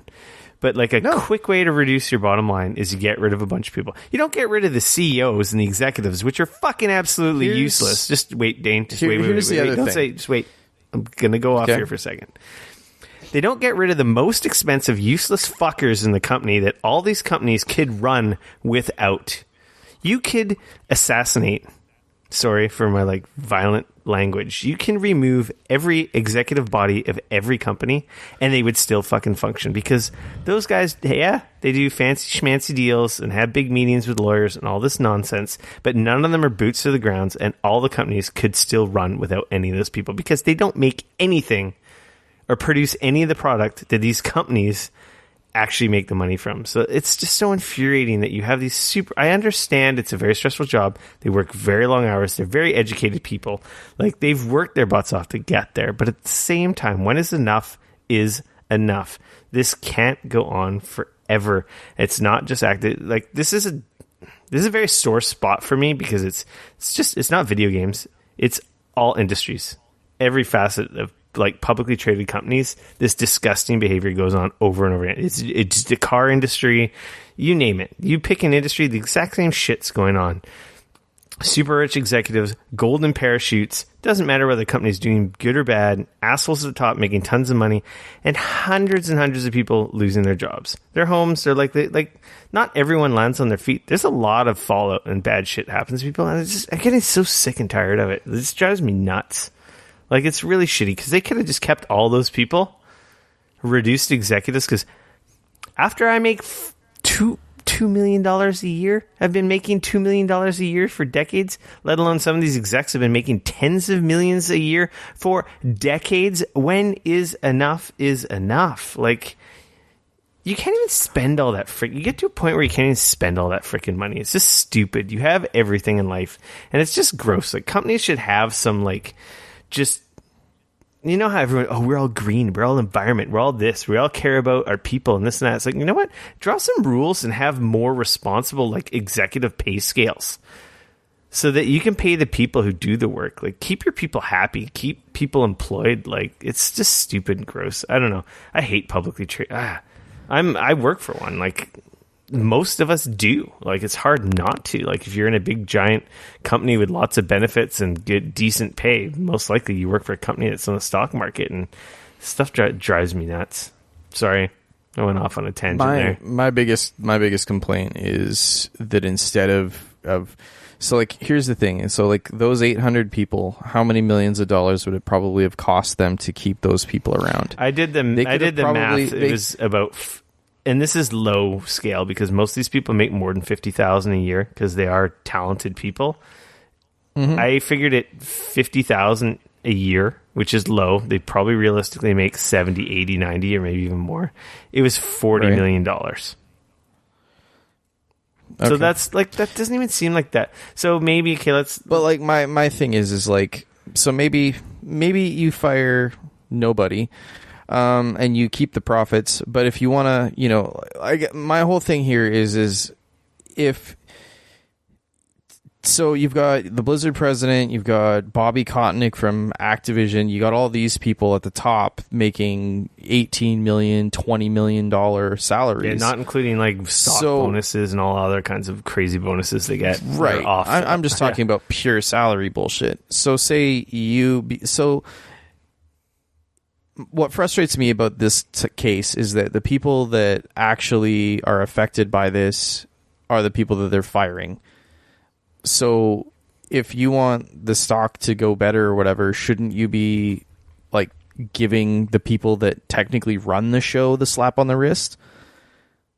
Like, do you know what I mean? Like, why don't they get a reduction in pay? Like, why don't they see like, okay, like, well, you didn't hit your goals, so no bonus for you, and we're gonna take money away from you. It's not how it works, unfortunately. Right. It seems so logical. That's how it should work, though. Like, and that's I think what's so frustrating. But they're the people in charge, so they're not going to punish themselves. They're going to punish everyone else. Meanwhile, still patting themselves on the back and taking more effing money. That's where it's so infuriating. Ugh. Yeah. It's just so frustrating. It sucks. Like, that's 800 people who busted their balls, probably, for the company. Who knows how many people were doing this overtime bullshit for this bloody thankless industry. Like, this is like ruining their lives. This sums it all up in such a gross way.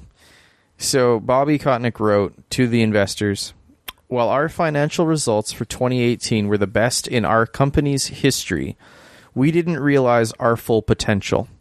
To help us reach our full potential, we have made a number of important leadership changes.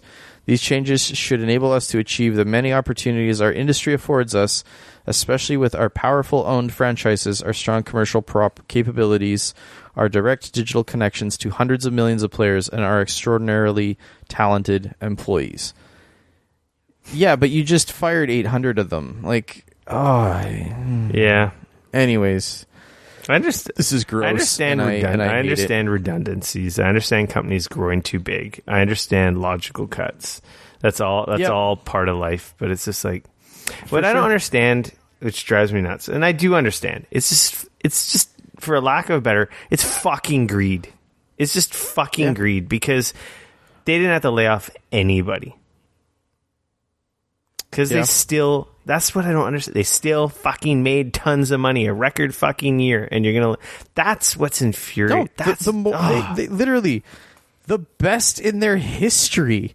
Not a record year. Not like we did pretty good. We did better than we ever have at any point in us being a fucking company. Yeah, it's stupid. But like I said, because we didn't hit that made up number that we made up last year or 6 months ago, we're gonna have to do something. And there's a lot of calls for unionization. Jason's been a huge proponent. I think that's the right word for unionization in the game industry. But the problem is, even if these guys were unionized, it wouldn't have done anything. No, it wouldn't. So like it would force them to get good severance packages and whatnot. Which, from what I've heard, they're getting decent severance packages. So this isn't no like company folding, getting kicked out the door, losing your benefits, getting fucked. These people are getting taken care of, which is And I don't know. To be honest, I could care less if I had benefits in a severance package. If I lost my job in this city where I have a mortgage and there is no other big dev to go work for because it's all Blizzard or Activision Studios where I fucking live, that doesn't help me. And that's they're burning these people out in such a hard industry to work in.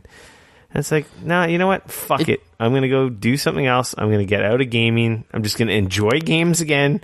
And you're going to, this kind of behavior over and over again, whether it's EA or Activision, whoever the next asshole is that does it, it's just burning out the talent pool, and it can't go on forever. And that's something Jason's been stressing, and it's absolutely true. And it doesn't just apply to this industry. It's so many industries. I honestly am so sick and tired of the goddamn stock market dictating people who are so disconnected from these businesses who, at the end of the day, don't give a flying fuck about anything. Yeah, they're just shareholders. All they do is they've given a company some money, and then they expect more money. And then because the companies are run by fuckhead execs who can't come up with ideas to make more money. What's the quick and easy way to make money and pad your bottom line? You fucking fire a bunch of people. It's so bullshit. So the only thing I will say about this is that ultimately, like, even though they're the exec, if they're not doing what the shareholders want them to do, they're just going to get fired. So, like, there is that to be said. Like, they're going to get fired, but you know how many times, you know how they avoid it?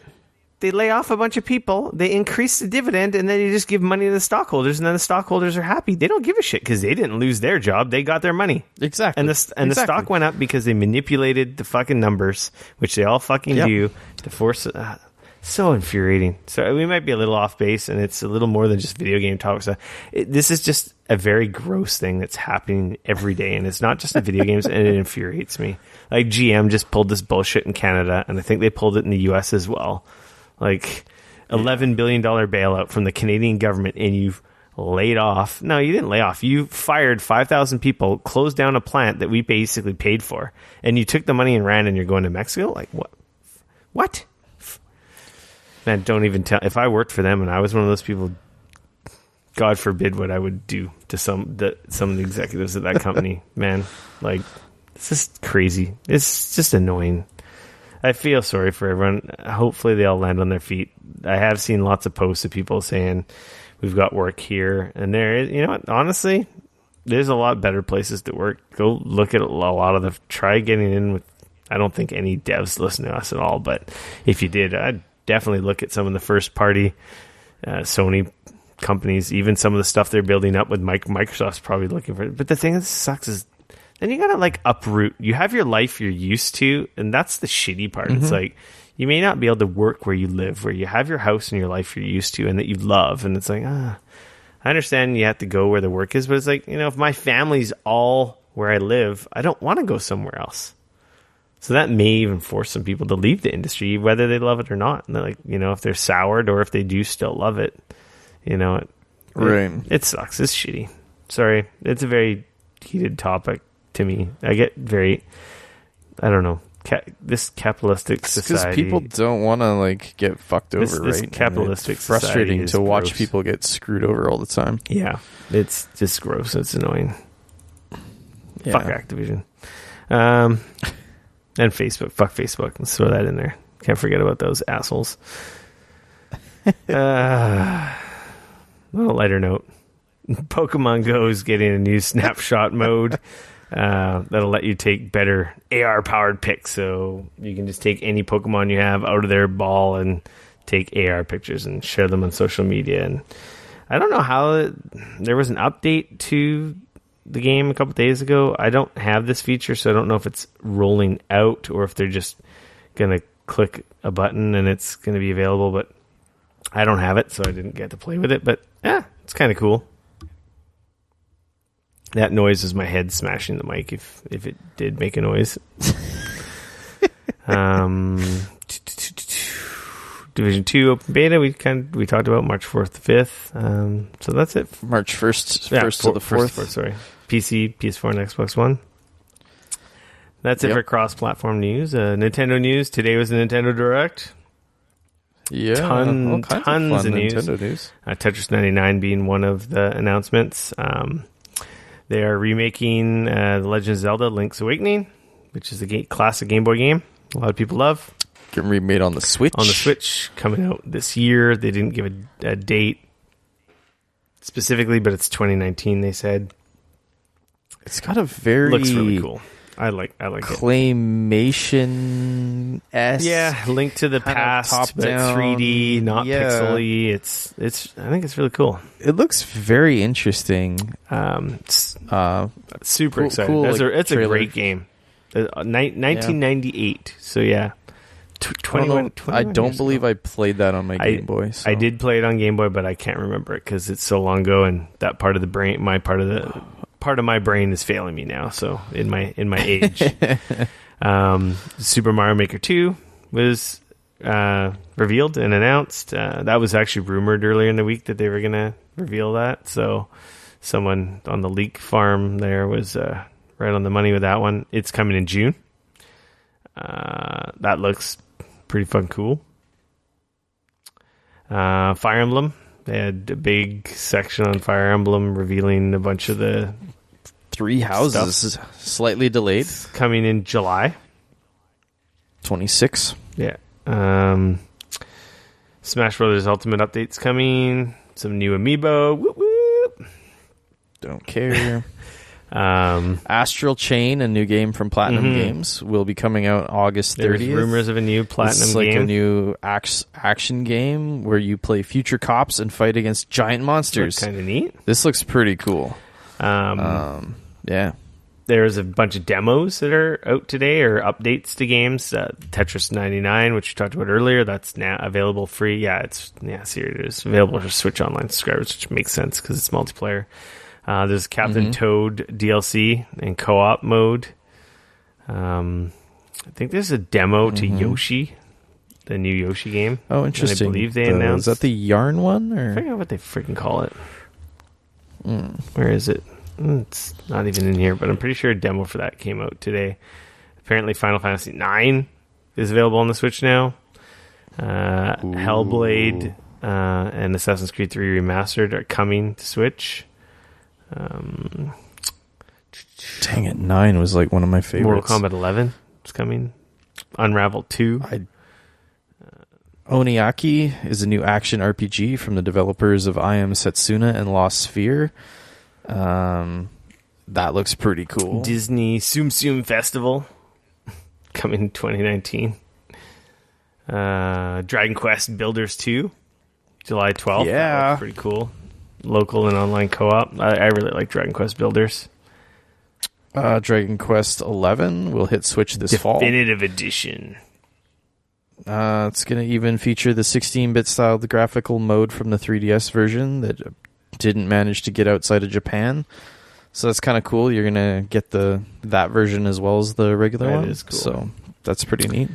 And then some release windows. Marvel Ultimate Alliance and Bloodstained are apparently summer 2019. I'm excited for Bloodstained. Whoop, whoop. Got some new content for Starlink, more Star Fox content. Whoop, whoop. Starship Races. Box Boy is coming to Switch. Beloved 3DS Puzzle Series Box Boy. So Box Boy and Box Girl coming April 26th. There's a new Square. Yeah, you talked about the new Square Enix RPG already. Rune Factory 5 is coming as well. Yeah, I can't remember what other... I think there's a demo to that mech RPG as well that they unveiled. Was that the Game Awards or E3 last year? Maybe it was E3 last year. I think there's a demo for that as well. There's like 5 big new demos on the Switch. The Daemon X Machina, the mech combat game. We're getting a prototype missions demo with the full game coming this summer. Mm-hmm. So a lot of new. It was a cool direct, man. Yeah, pretty stoked for freaking Fire Emblem. Not gonna lie.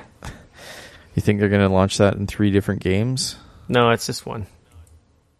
I believe it's just one. Find out, I guess. I'm pretty sure it's just one.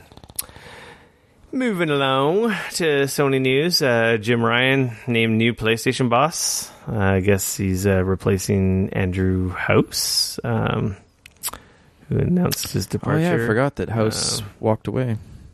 He's going to switch. What is it? Ryan has served as Sony Interactive vice president for around a year, but will switch roles with current president John Cadera on April 1st. Everyone's like, it's a joke. He's been holding that job since Andrew House left at the end of 2017. Right. Anyway, apparently he's like former PlayStation Europe boss, and he's been killing it over there. He's well known for saying some pretty dumb shit. He's got a big mouth, and he's actually factually wrong on a lot of stuff sometimes. So he's been in the news with some of the nonsense he spit, but in terms of getting some facts wrong, I think he's successful at what he does, because PlayStation has been killing it in Europe, and he's the one who's been heading that up. So I don't know how much that's just him or PlayStation as a whole. And this is, again, one of those figureheads who just happens to be in place, and companies killing it on a whole, and they just get to ride the wave of success. And I did it while I was playing golf with Trump. Hey, man. I've said it on this show before, and I'm worried about Sony going into the PlayStation 5, and I'm super worried that the arrogant a-hole Sony of the past is rearing its head again, and I think that unless they make some changes and do some things a little differently, that Microsoft is going to show up at the beginning of the next generation and eat their lunch again, and Sony's going to be left going like, whoa, what the fuck just happened? Because Microsoft is doing the hearts and minds thing. Their Phil Spencer is so smart, and they are doing such awesome stuff over there as far as just their marketing as of late. They realize they're way far behind. The way they're supporting the player base and features and all the value-added stuff you get on Xbox, absolutely. Totally, and they're pushing cross-platform that isn't necessarily good for them, but also it's good for gamers as a whole, all of that kind of stuff. And meanwhile, Sony is over here doing, I don't know, it worries me. I really am seeing that arrogance of Sony past showing up, and I don't know.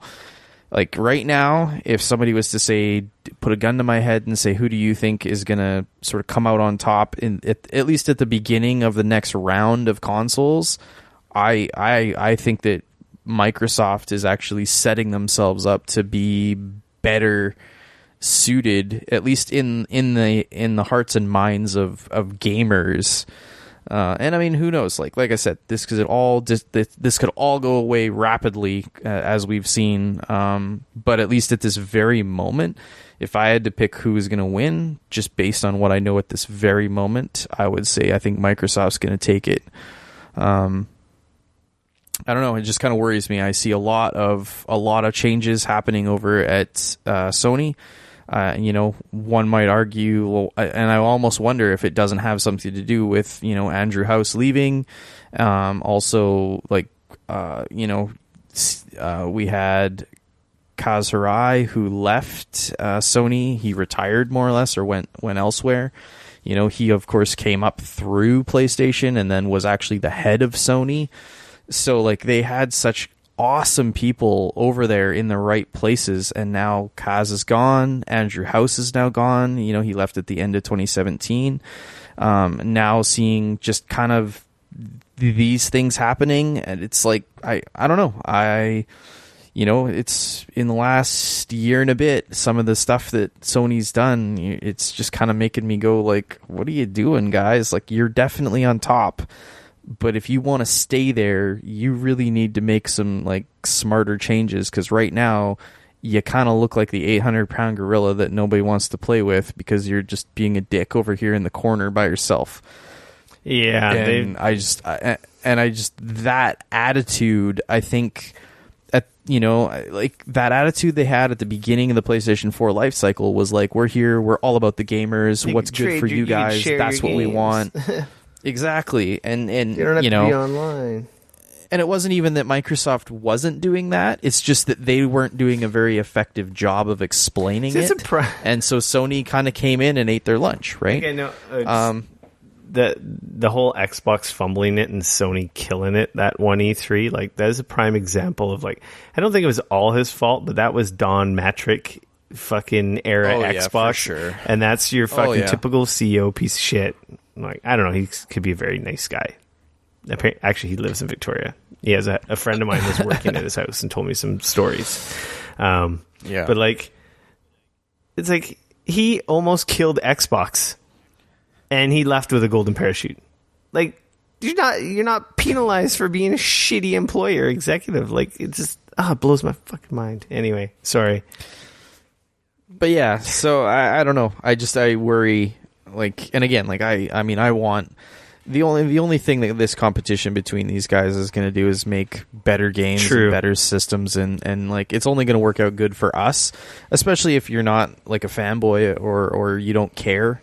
If you're in this just for whoever makes the best games and you want to play games on the best consoles, this type of stuff always ends up best for people like us. Obviously, if you're a hardcore fanboy of one console or the other, then besides the fact that I think you're an idiot, it's just, usually that you can only afford one or the other, and that's a sad fair fact. And people like to defend the product you're invested in is what it boils down to, right? Yeah, I just mean, like, but anyways, that's a conversation for another time.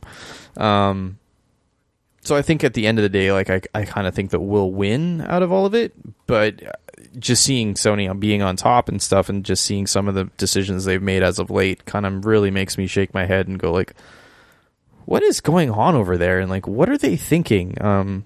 You know what I mean? Who knows? Maybe them pulling out of E3 is going to be a smart move at this very moment in time. There is a article. It kind of feels like a recently, very arrogant is what it feels like. There was an article. We're big enough that we don't need E3. I didn't link them here because we kind of knew already, but last week, what's his nuts? Who's the guy in charge of PlayStation right now? His name is escaping me right now. Anyway, the current guy in charge, he was saying, we don't have anything new to show. So it just didn't make sense because people don't want to see The Last of Us 2 again. And this again. So he's like, we just didn't have anything new because clearly they don't have anything new because they're saving their artillery for next gen, which is going to be next E3. Like, I'll explain why you have nothing to show now because you don't want to spoil the freaking bombs you have to drop, right? Like, also, and it also leads into the secrecy thing because right now we're in between generations. Microsoft has been making some very smart moves, so you got to keep your hands close to your chest. It's a very strategic game, I believe, is what Sony's playing right now because they understand the lead is a fickle thing and you could lose it at any time. It's the way this industry works. So I think that's another reason why they're not at E3 too, because it's like, no, we're gonna keep some stuff close to our chest because we got to have some artillery for when the battle comes up here. Though they're in the lead still by a pretty gigantic margin. See, and I look at it as instead of walking away from E3, why not use that as a stage to showcase, what little things you do have, and also add third parties, and also add, give a big stage to other people. Show what other things you're working on. You know what I think? Like, I don't know. It's that second or that third. The most recent PSX they had, the last PSX they had, was a more intimate, smaller scale thing with stuff they had already shown. And the narrative out of that was like, oh, this is all stuff we'd seen. There's no new bombs. There's no this. There's no that. So there was a negative connotation to it. And they're like, well, we tried doing something different. It didn't work. Right. We tried doing something at E3 last year. We got in shit for it. So, you know what? Okay, well, we're not going to show the same thing because it's just going to be negative shit too, right? It's like, the negative narrative. So to avoid it, they're like, oh, you know what? Okay, whatever. We're just going to wait until we have some solid bombs that are going to make these people happy, and they're not going to be able to talk any shit. Just controlling the narrative and avoiding negative. Yeah. Anyway. I just hope that by them... Yeah, it's really... trying, they've done some weird shit that it's like... That's what I mean. Like, their E3 this year is like, you're looking at it going like, what in the fucking hell was especially that? With Microsoft making so many moves, and then it's like, yeah, it's got the... It worries me a little bit, because it's just, some flashes of the old arrogant just, PS3 era Sony. Absolutely. No, you're not wrong. And I also think that, like, anytime you have a lot of shakeup at the top of a company, that's generally a bad sign. Because usually those types of people are either leaving for like really very few reasons. Either one, they're retiring. Two, they got a better position somewhere else, or they the opportunity was better, whatever. Or three, some shit has changed and they're not happy with it and they're out. Like, peace. Drop the mic. And so to see this kind of changes all happening fairly rapidly at Sony, it just kind of makes me, especially in the PlayStation division, it just kind of makes me feel a little nervous that there might be, like I said, just so hey, like I said, at the end of the day, I think benefit. But if Sony wants to, I think, continue to be on top, I think they really need to take a long, hard look and make sure that they don't come out being a dick. I think they know. I think they learned that lesson really hard, and they're not going to let it happen again, is my personal opinion. But that being said, and all this shit seems to be cyclical, at any time, nobody stays on top forever, right? You can screw up.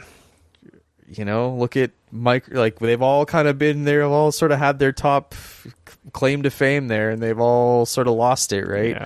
Nintendo's been on top, and Sega's been on top. They've all kind of been on top at some point, and they all. It always kind of amazes me how when you're on top and I will. I'm just gonna say something real quick, and you can think what you want. Though the narrative and the imagery of last generation was that 360 was more successful than PS3. PS3 outsold 360 worldwide. Is that in lifetime sales? Absolutely. PS3 outsold 360. Though the optics and the North American marketplace was 360 all the way, right? Because the PS3 stumbled quite hard in the US, but worldwide PS3 caught up to 360 and outsold 360. So, but Xbox did generally own that generation for the majority and the mind share. But overall in numbers, the PS3 outsold the 360. I'm actually looking this up right now. It's truth. I know for a fact. So it's like, but like I said, that doesn't matter. They outsold them. But if you were to ask anyone on the street, it was 360's generation. They had the mind share. They had the games. They had the better performing versions. Like, that's all that mattered, right? Mm-hmm. Anyway, move along. Let's get to our free-for-all section. I don't really have a lot to say, but I do have a complaint saying, goddamn Pixel 3 has dust under the camera lens. I just noticed I was taking pictures all day yesterday, and then I just went to go take a picture of a snowman, and I'm like, what the hell is that black blob on my screen? And I'm like, oh, it's just probably dirt on my screen. And I get a microfiber cloth, I clean my screen, I do this and that, and it's like... That sucks, dude. I can't really see it because it's hard to see, but it's like the dot has moved, so it's clearly a piece of fuzz inside the camera lens. Oh, man, that's a huge bummer. Yeah, because you can't fucking clean it. It's in there from manufacturing, so I have to freaking send my goddamn phone in. And I believe they send me a brand new one, but it's like I have to send my phone in, and they have to, ensure that it's not like broken and that it wasn't, the phone's mint, like not a scratch on it. And it's like, it's so frustrating because now I'm going to be without a phone, and then I got to back it up and do all this bullshit. Never had that before. It's just frustrating. I was like, went on forums and like, oh, maybe it's just condensation. Like, it's been 2 days now. It's still there and it's moved. Condensation doesn't, in my experience doesn't really move. Like, a drip of moisture is what someone said. Oh yeah, my wife's camera had that, and after a couple of days it was gone. I'm like, well, it's been a couple of days and it's in a different spot now. I'm like, pretty sure that's dust. Yeah, that's a pretty good indication that that's dust. So boo, poo. Yeah. That sucks. Yeah, it's just annoying. At least it's under warranty, but it's just like, man. It's just frustrating because now I got to send it. Like, they don't send you, if it was within 30 days, of course, it's like just over 30 days. So I can't go to the store and just get a new one. I got to effing send it in and then wait. Yeah. So, you got a new headset? I did. You got? It was, I got it last week, but I hadn't really had a real good chance to kind of put it through its paces. So I feel like I've had some time to do that now. I got the Plantronics RIG. It's the 800 series. This is the set so they made, of course, 3 of them because that's what everybody does now. They made the PC-focused one, which is the HD, the 800 HD, and then they made the, was it the LE, the HX? I don't know. One of them is for predominantly PlayStation 4, and then one of them is predominantly designed for like PS4 and PC or Xbox One and PC. Now, because as I've been diving into all of this, we've been headsets have been a big thing in our Discord chat as of late. We've all been discussing this. Some of the guys, it's actually funny. I actually bought these from one of our listeners. He bought them and then bought another set that he liked more. So he had these sitting around, and I was like, well, I'll take them off your hands. So they're a Dolby Atmos headset. So they did come with a code for Dolby Atmos, which is pretty sweet. But as I've been learning, apparently the USB driver that makes all of these headsets work when you plug a USB dongle in, Sony won't license if you're going to also use that exact same headset on the Xbox One, and Microsoft does a similar thing, is my understanding, thus making it so that you can't have one headset to rule them all that would work across all of the platforms, because that would be too awesome. Exactly.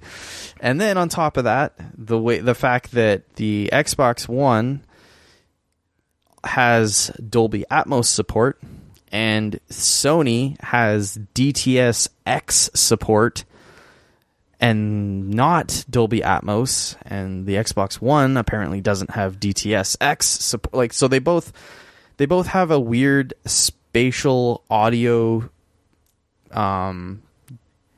They've thrown their hat in one of those rings, and apparently, Microsoft did it with the Dolby Atmos, Sony did it with the DTS-X thing. So there you go. So that's kind of that.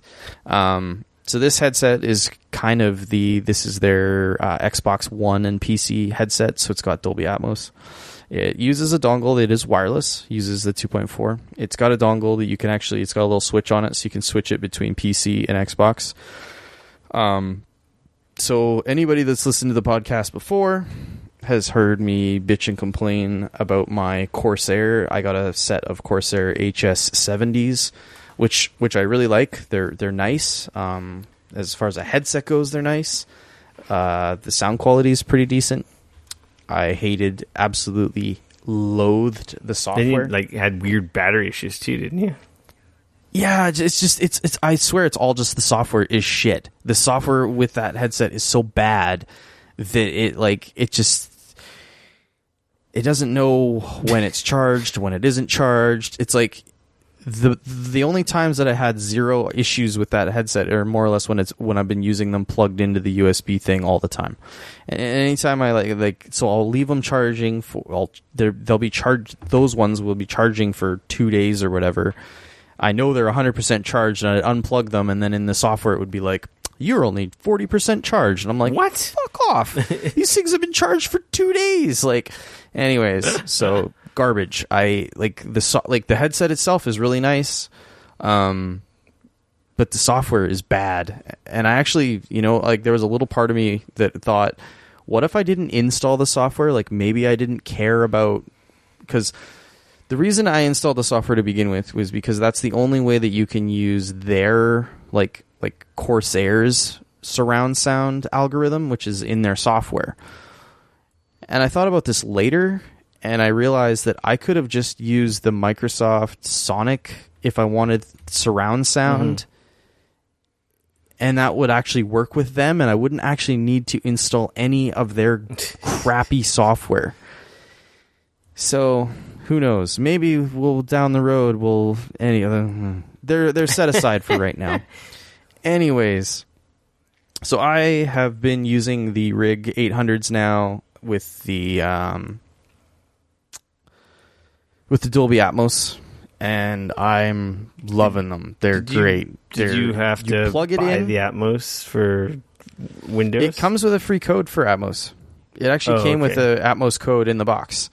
So yeah, you can buy the Atmos code and use them with essentially a lot of other headsets. Not all headsets, as I learned.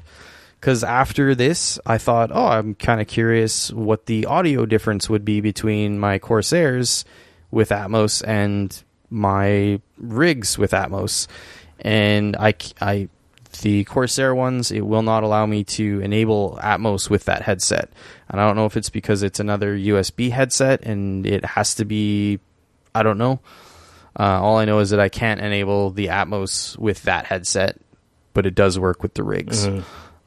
It also does work with if you're to plug in like an actual analog wired headset, that would work as well, as I learned as well. So I've been using them with the Atmos. They're wireless. It is idiot proof. You literally take the little wireless dongle that they've got, you select PC, and you plug it into the computer. It just installs, and then from there it just works. And you in. That's it. That's it. You don't have to download some bullshit Plantronics like RIG software with doodads and doohickeys. None of that. There's a switch. When you turn the headset on, it says the battery level is either high, medium, or low. If it's low, maybe plug them in. There's a little light on the headset. When it goes off, they're charged. You unplug it. That's it. You're good. It's done. They're super comfortable. Like, I will say, like, they are so comfortable. It's funny, after having worn them for as much as I have, when I put the Corsair ones on now, they just feel like crap. Like, they just feel heavy, and the cups aren't nearly as good. Like, it's just, it's night and day. Are they're round or like oval cups? Oval cups. And they're like a soft material, really well. right? Not that fake leather crap. Yeah, no, they're like a memory foam. So It's got a little cooling bit. gel. Oh, they're open back. I wore these yesterday for probably 7 hours straight, and no issues whatsoever. I really want to like my ears didn't get too hot. They're great. I really want to experience Atmos. Yeah, I've been super happy with them. Audio quality has been really good. I've been really impressed. The only thing I've been working on, like a weird issue, seems to be in relation to volume. And I'm not sure. It's weird. It's like when some of the programs have the internal volume, because you can, like say for example, you're watching a YouTube video, it has a volume, and then obviously your computer itself has a volume.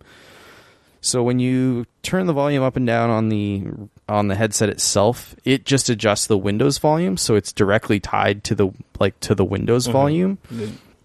But sometimes, like for example, like as I learned with Skype, if my Skype volume is at 100%, which is kind of the default for a lot of stuff, is to just have the volume cranked at 100%, and then you just adjust the Windows volume. When I do that with the rigs, it almost like overpowers the speakers in a weird way, and you get kind of a weird crackle. And not a weird crackle. It crackles the speakers. But when I turn down the volume in the program itself, but I can turn up the Windows volume and it's fine. It's a weird little nuance with them. I'm actually talking to the Plantronics people to find out if like that's by design or maybe I just got a weird one. I'm not sure. It's got a few different like equalizer presets, if you will. There's a little button on the bottom of the right ear cup that you can press, and it'll beep either once. For one beep is it's their flat, like default, no EQ essentially, and then if you press the button, it'll beep twice, 3 times, or 4 times, and each one of those is like a different. One of them is more of a bass, one of them is more for vocals, and it's just kind of their different like equalizers. On the Xbox One, if you're using them with an Xbox One, it has a mic mixer. So like if you're playing games, you can adjust the audio volume for like your chat volume up higher versus the game volume. So you can kind of there's a mixer for that, which is pretty helpful in that particular case. I don't believe that I've found it works on PC, which kind of wouldn't surprise me just because of the intricacies of getting that to work on PC. Mic seems pretty good. It's just a flip down mic, so it's got like when it's flipped up, it's not on. Yep. And then when you flip it down, it works. It seems to be pretty fine. I haven't heard anybody complaining about the mic quality since I've been using it. So far, the battery life is freaking awesome. I've charged it. So I charged it initially when I first got the headset home, and I've charged it one other time, and I've played a ton. I just use it, turn it off, and it doesn't seem to slowly drain the battery or anything, which is great. Overall, like super impressed. Like I said, the audio quality and stuff has been really great. Listening to some music and stuff on them, I was like really impressed with just like, man, this sounds great, especially the mids and stuff. Like it's just really, really nice. So yeah, overall, super happy. Like I said, wireless, which is nice. If that's a big thing. Yeah, that's kind of my thoughts so far on the Plantronic RIG 800s. They just released a new version of my headset. Yeah, I saw that. The Logitech, the 935s, right? Apparently it's got bigger drivers. They changed the cups or whatever. The ear cups. But, yeah. At first glance, it looks identical to the old ones, but they've changed some stuff. Apparently they've changed a ton internally. Yeah, I don't know. I'm pretty happy with them. I don't have any issues with my headset, but I've had them for a couple of years now, and I love them. You're the only person who's ever complained about them, fucker. I haven't complained. All I said was that your mic wasn't nearly as good as Teacups. No, that's Teacup all. Sounds really good. I think he's got the Kingston. He's got a Kingston, the cloud. Yeah, that's all. Like it was the like that distinction. Like when you're, you know what I mean? Like I don't think that I probably would have noticed that yours wasn't great if he wouldn't have freaking talked. His sounds like he's so using good. Podcasting mics to play video games. Yeah. Totally. Like it sounds like surprisingly clear. Like I was like, shit, dude. Maybe my settings in Discord too. Yeah, maybe. I don't know. That's all. To be honest, I use my podcast mic half the time. I just wish I had I don't know. I wish, like I said, I had a headset that worked with all of them wirelessly. It's just fucking dreaming. I wish I could have Atmos and still have. Technically, the Arctis Pro Wireless, the SteelSeries, technically that one does, because it's got the little breakout box that plugs in wirelessly. Like you can have it that way, and then it's also Bluetooth, so you can also connect it. So like a friend of mine has it, and he was telling me that he plays games and he's playing his games with his like headset on, but he's also streaming his music from his phone. Yeah, you can do that with the Bluetooth. Yeah. And I was like, that's pretty dope. And because it has the optical in, it works technically with the PlayStation 4 or the Xbox One, because it's using the optical out, right? And that's kind of, so it's acting like an in-between box, right? Which is pretty dope. But that being said, that headset's also in Canada, I believe it's like $450. It's insane. So it's I'm pretty happy with mine. How much is that worth? I already spent enough money on stupid things. It's a horrible rabbit hole to go down. I'm not going to lie. Cause I got these and then I probably spent a week almost of like looking at other ones, and I'm like, am I happy with these? I don't. There is no happy. But maybe there's other ones. Like it's just you just get one, and then you want the feature the other one has because you can't have everything. Well, that was the thing, and then I was talking to my buddy with the Arctis Pros, and he was like showing. He was like, "Oh yeah," and I was over at his place, and I was like, "Man, these fit really nice, and they sound really good," and I was like, "Shit." But then we were at PAX and we were like checking out the Lucid sounds. And like now a couple of our like listeners have picked them up and like they love them. You get the best of both like, worlds with like you got to have a really good one console experience and PC. So it's like you either choose you want the support for the PlayStation or you want the support for the Xbox. And though it works with all of them, one of your consoles is going to be stereo only. So that's like the big So you got to make a choice. This is true. I really want to hear Atmos. That's the deciding factor. If Atmos sounds freaking rad, then I don't know. Atmos is good. I was messing around with it in Overwatch. That being said, I feel like Atmos would be more impressive in a big stereo speaker setup because like, because there's only so much sound space you can get out of headphones. It's all, you know what I mean? Like, I mean, it's virtualized, and it's like I was playing with it, and I was watching like the different like YouTube videos, and like there's the Dolby, there's the Dolby Access app. So when you install the Dolby Atmos app, and you get the driver and everything, so you can use it. It also like you can go in and you can do the Dolby Access stuff, and there's like the Dolby Atmos like video test videos and stuff that you can, and it's supposed to pump the audio through, blah blah blah, kind of best case scenario. Cool demo of the tech. Yeah, you're like listening to the birds chirping and roaring, dinosaurs are roaring and all that kind of crap. And like it sounds really good on a pair of headphones, like especially like these ones, like which are sort of Dolby Atmos certified or whatever, and they sound great. But like as to whether or not I felt like the spatial audio, as far as like the height and things like that, like the surround definitely works great. Like I was really impressed with being able to hear different things around me and stuff like that. But I wasn't really necessarily sure if the height stuff kind of came through in Atmos or not. So, that said, Overwatch sounds really fucking dope in Atmos. I will say that. I definitely played a few games of Overwatch. That works on PC too, right?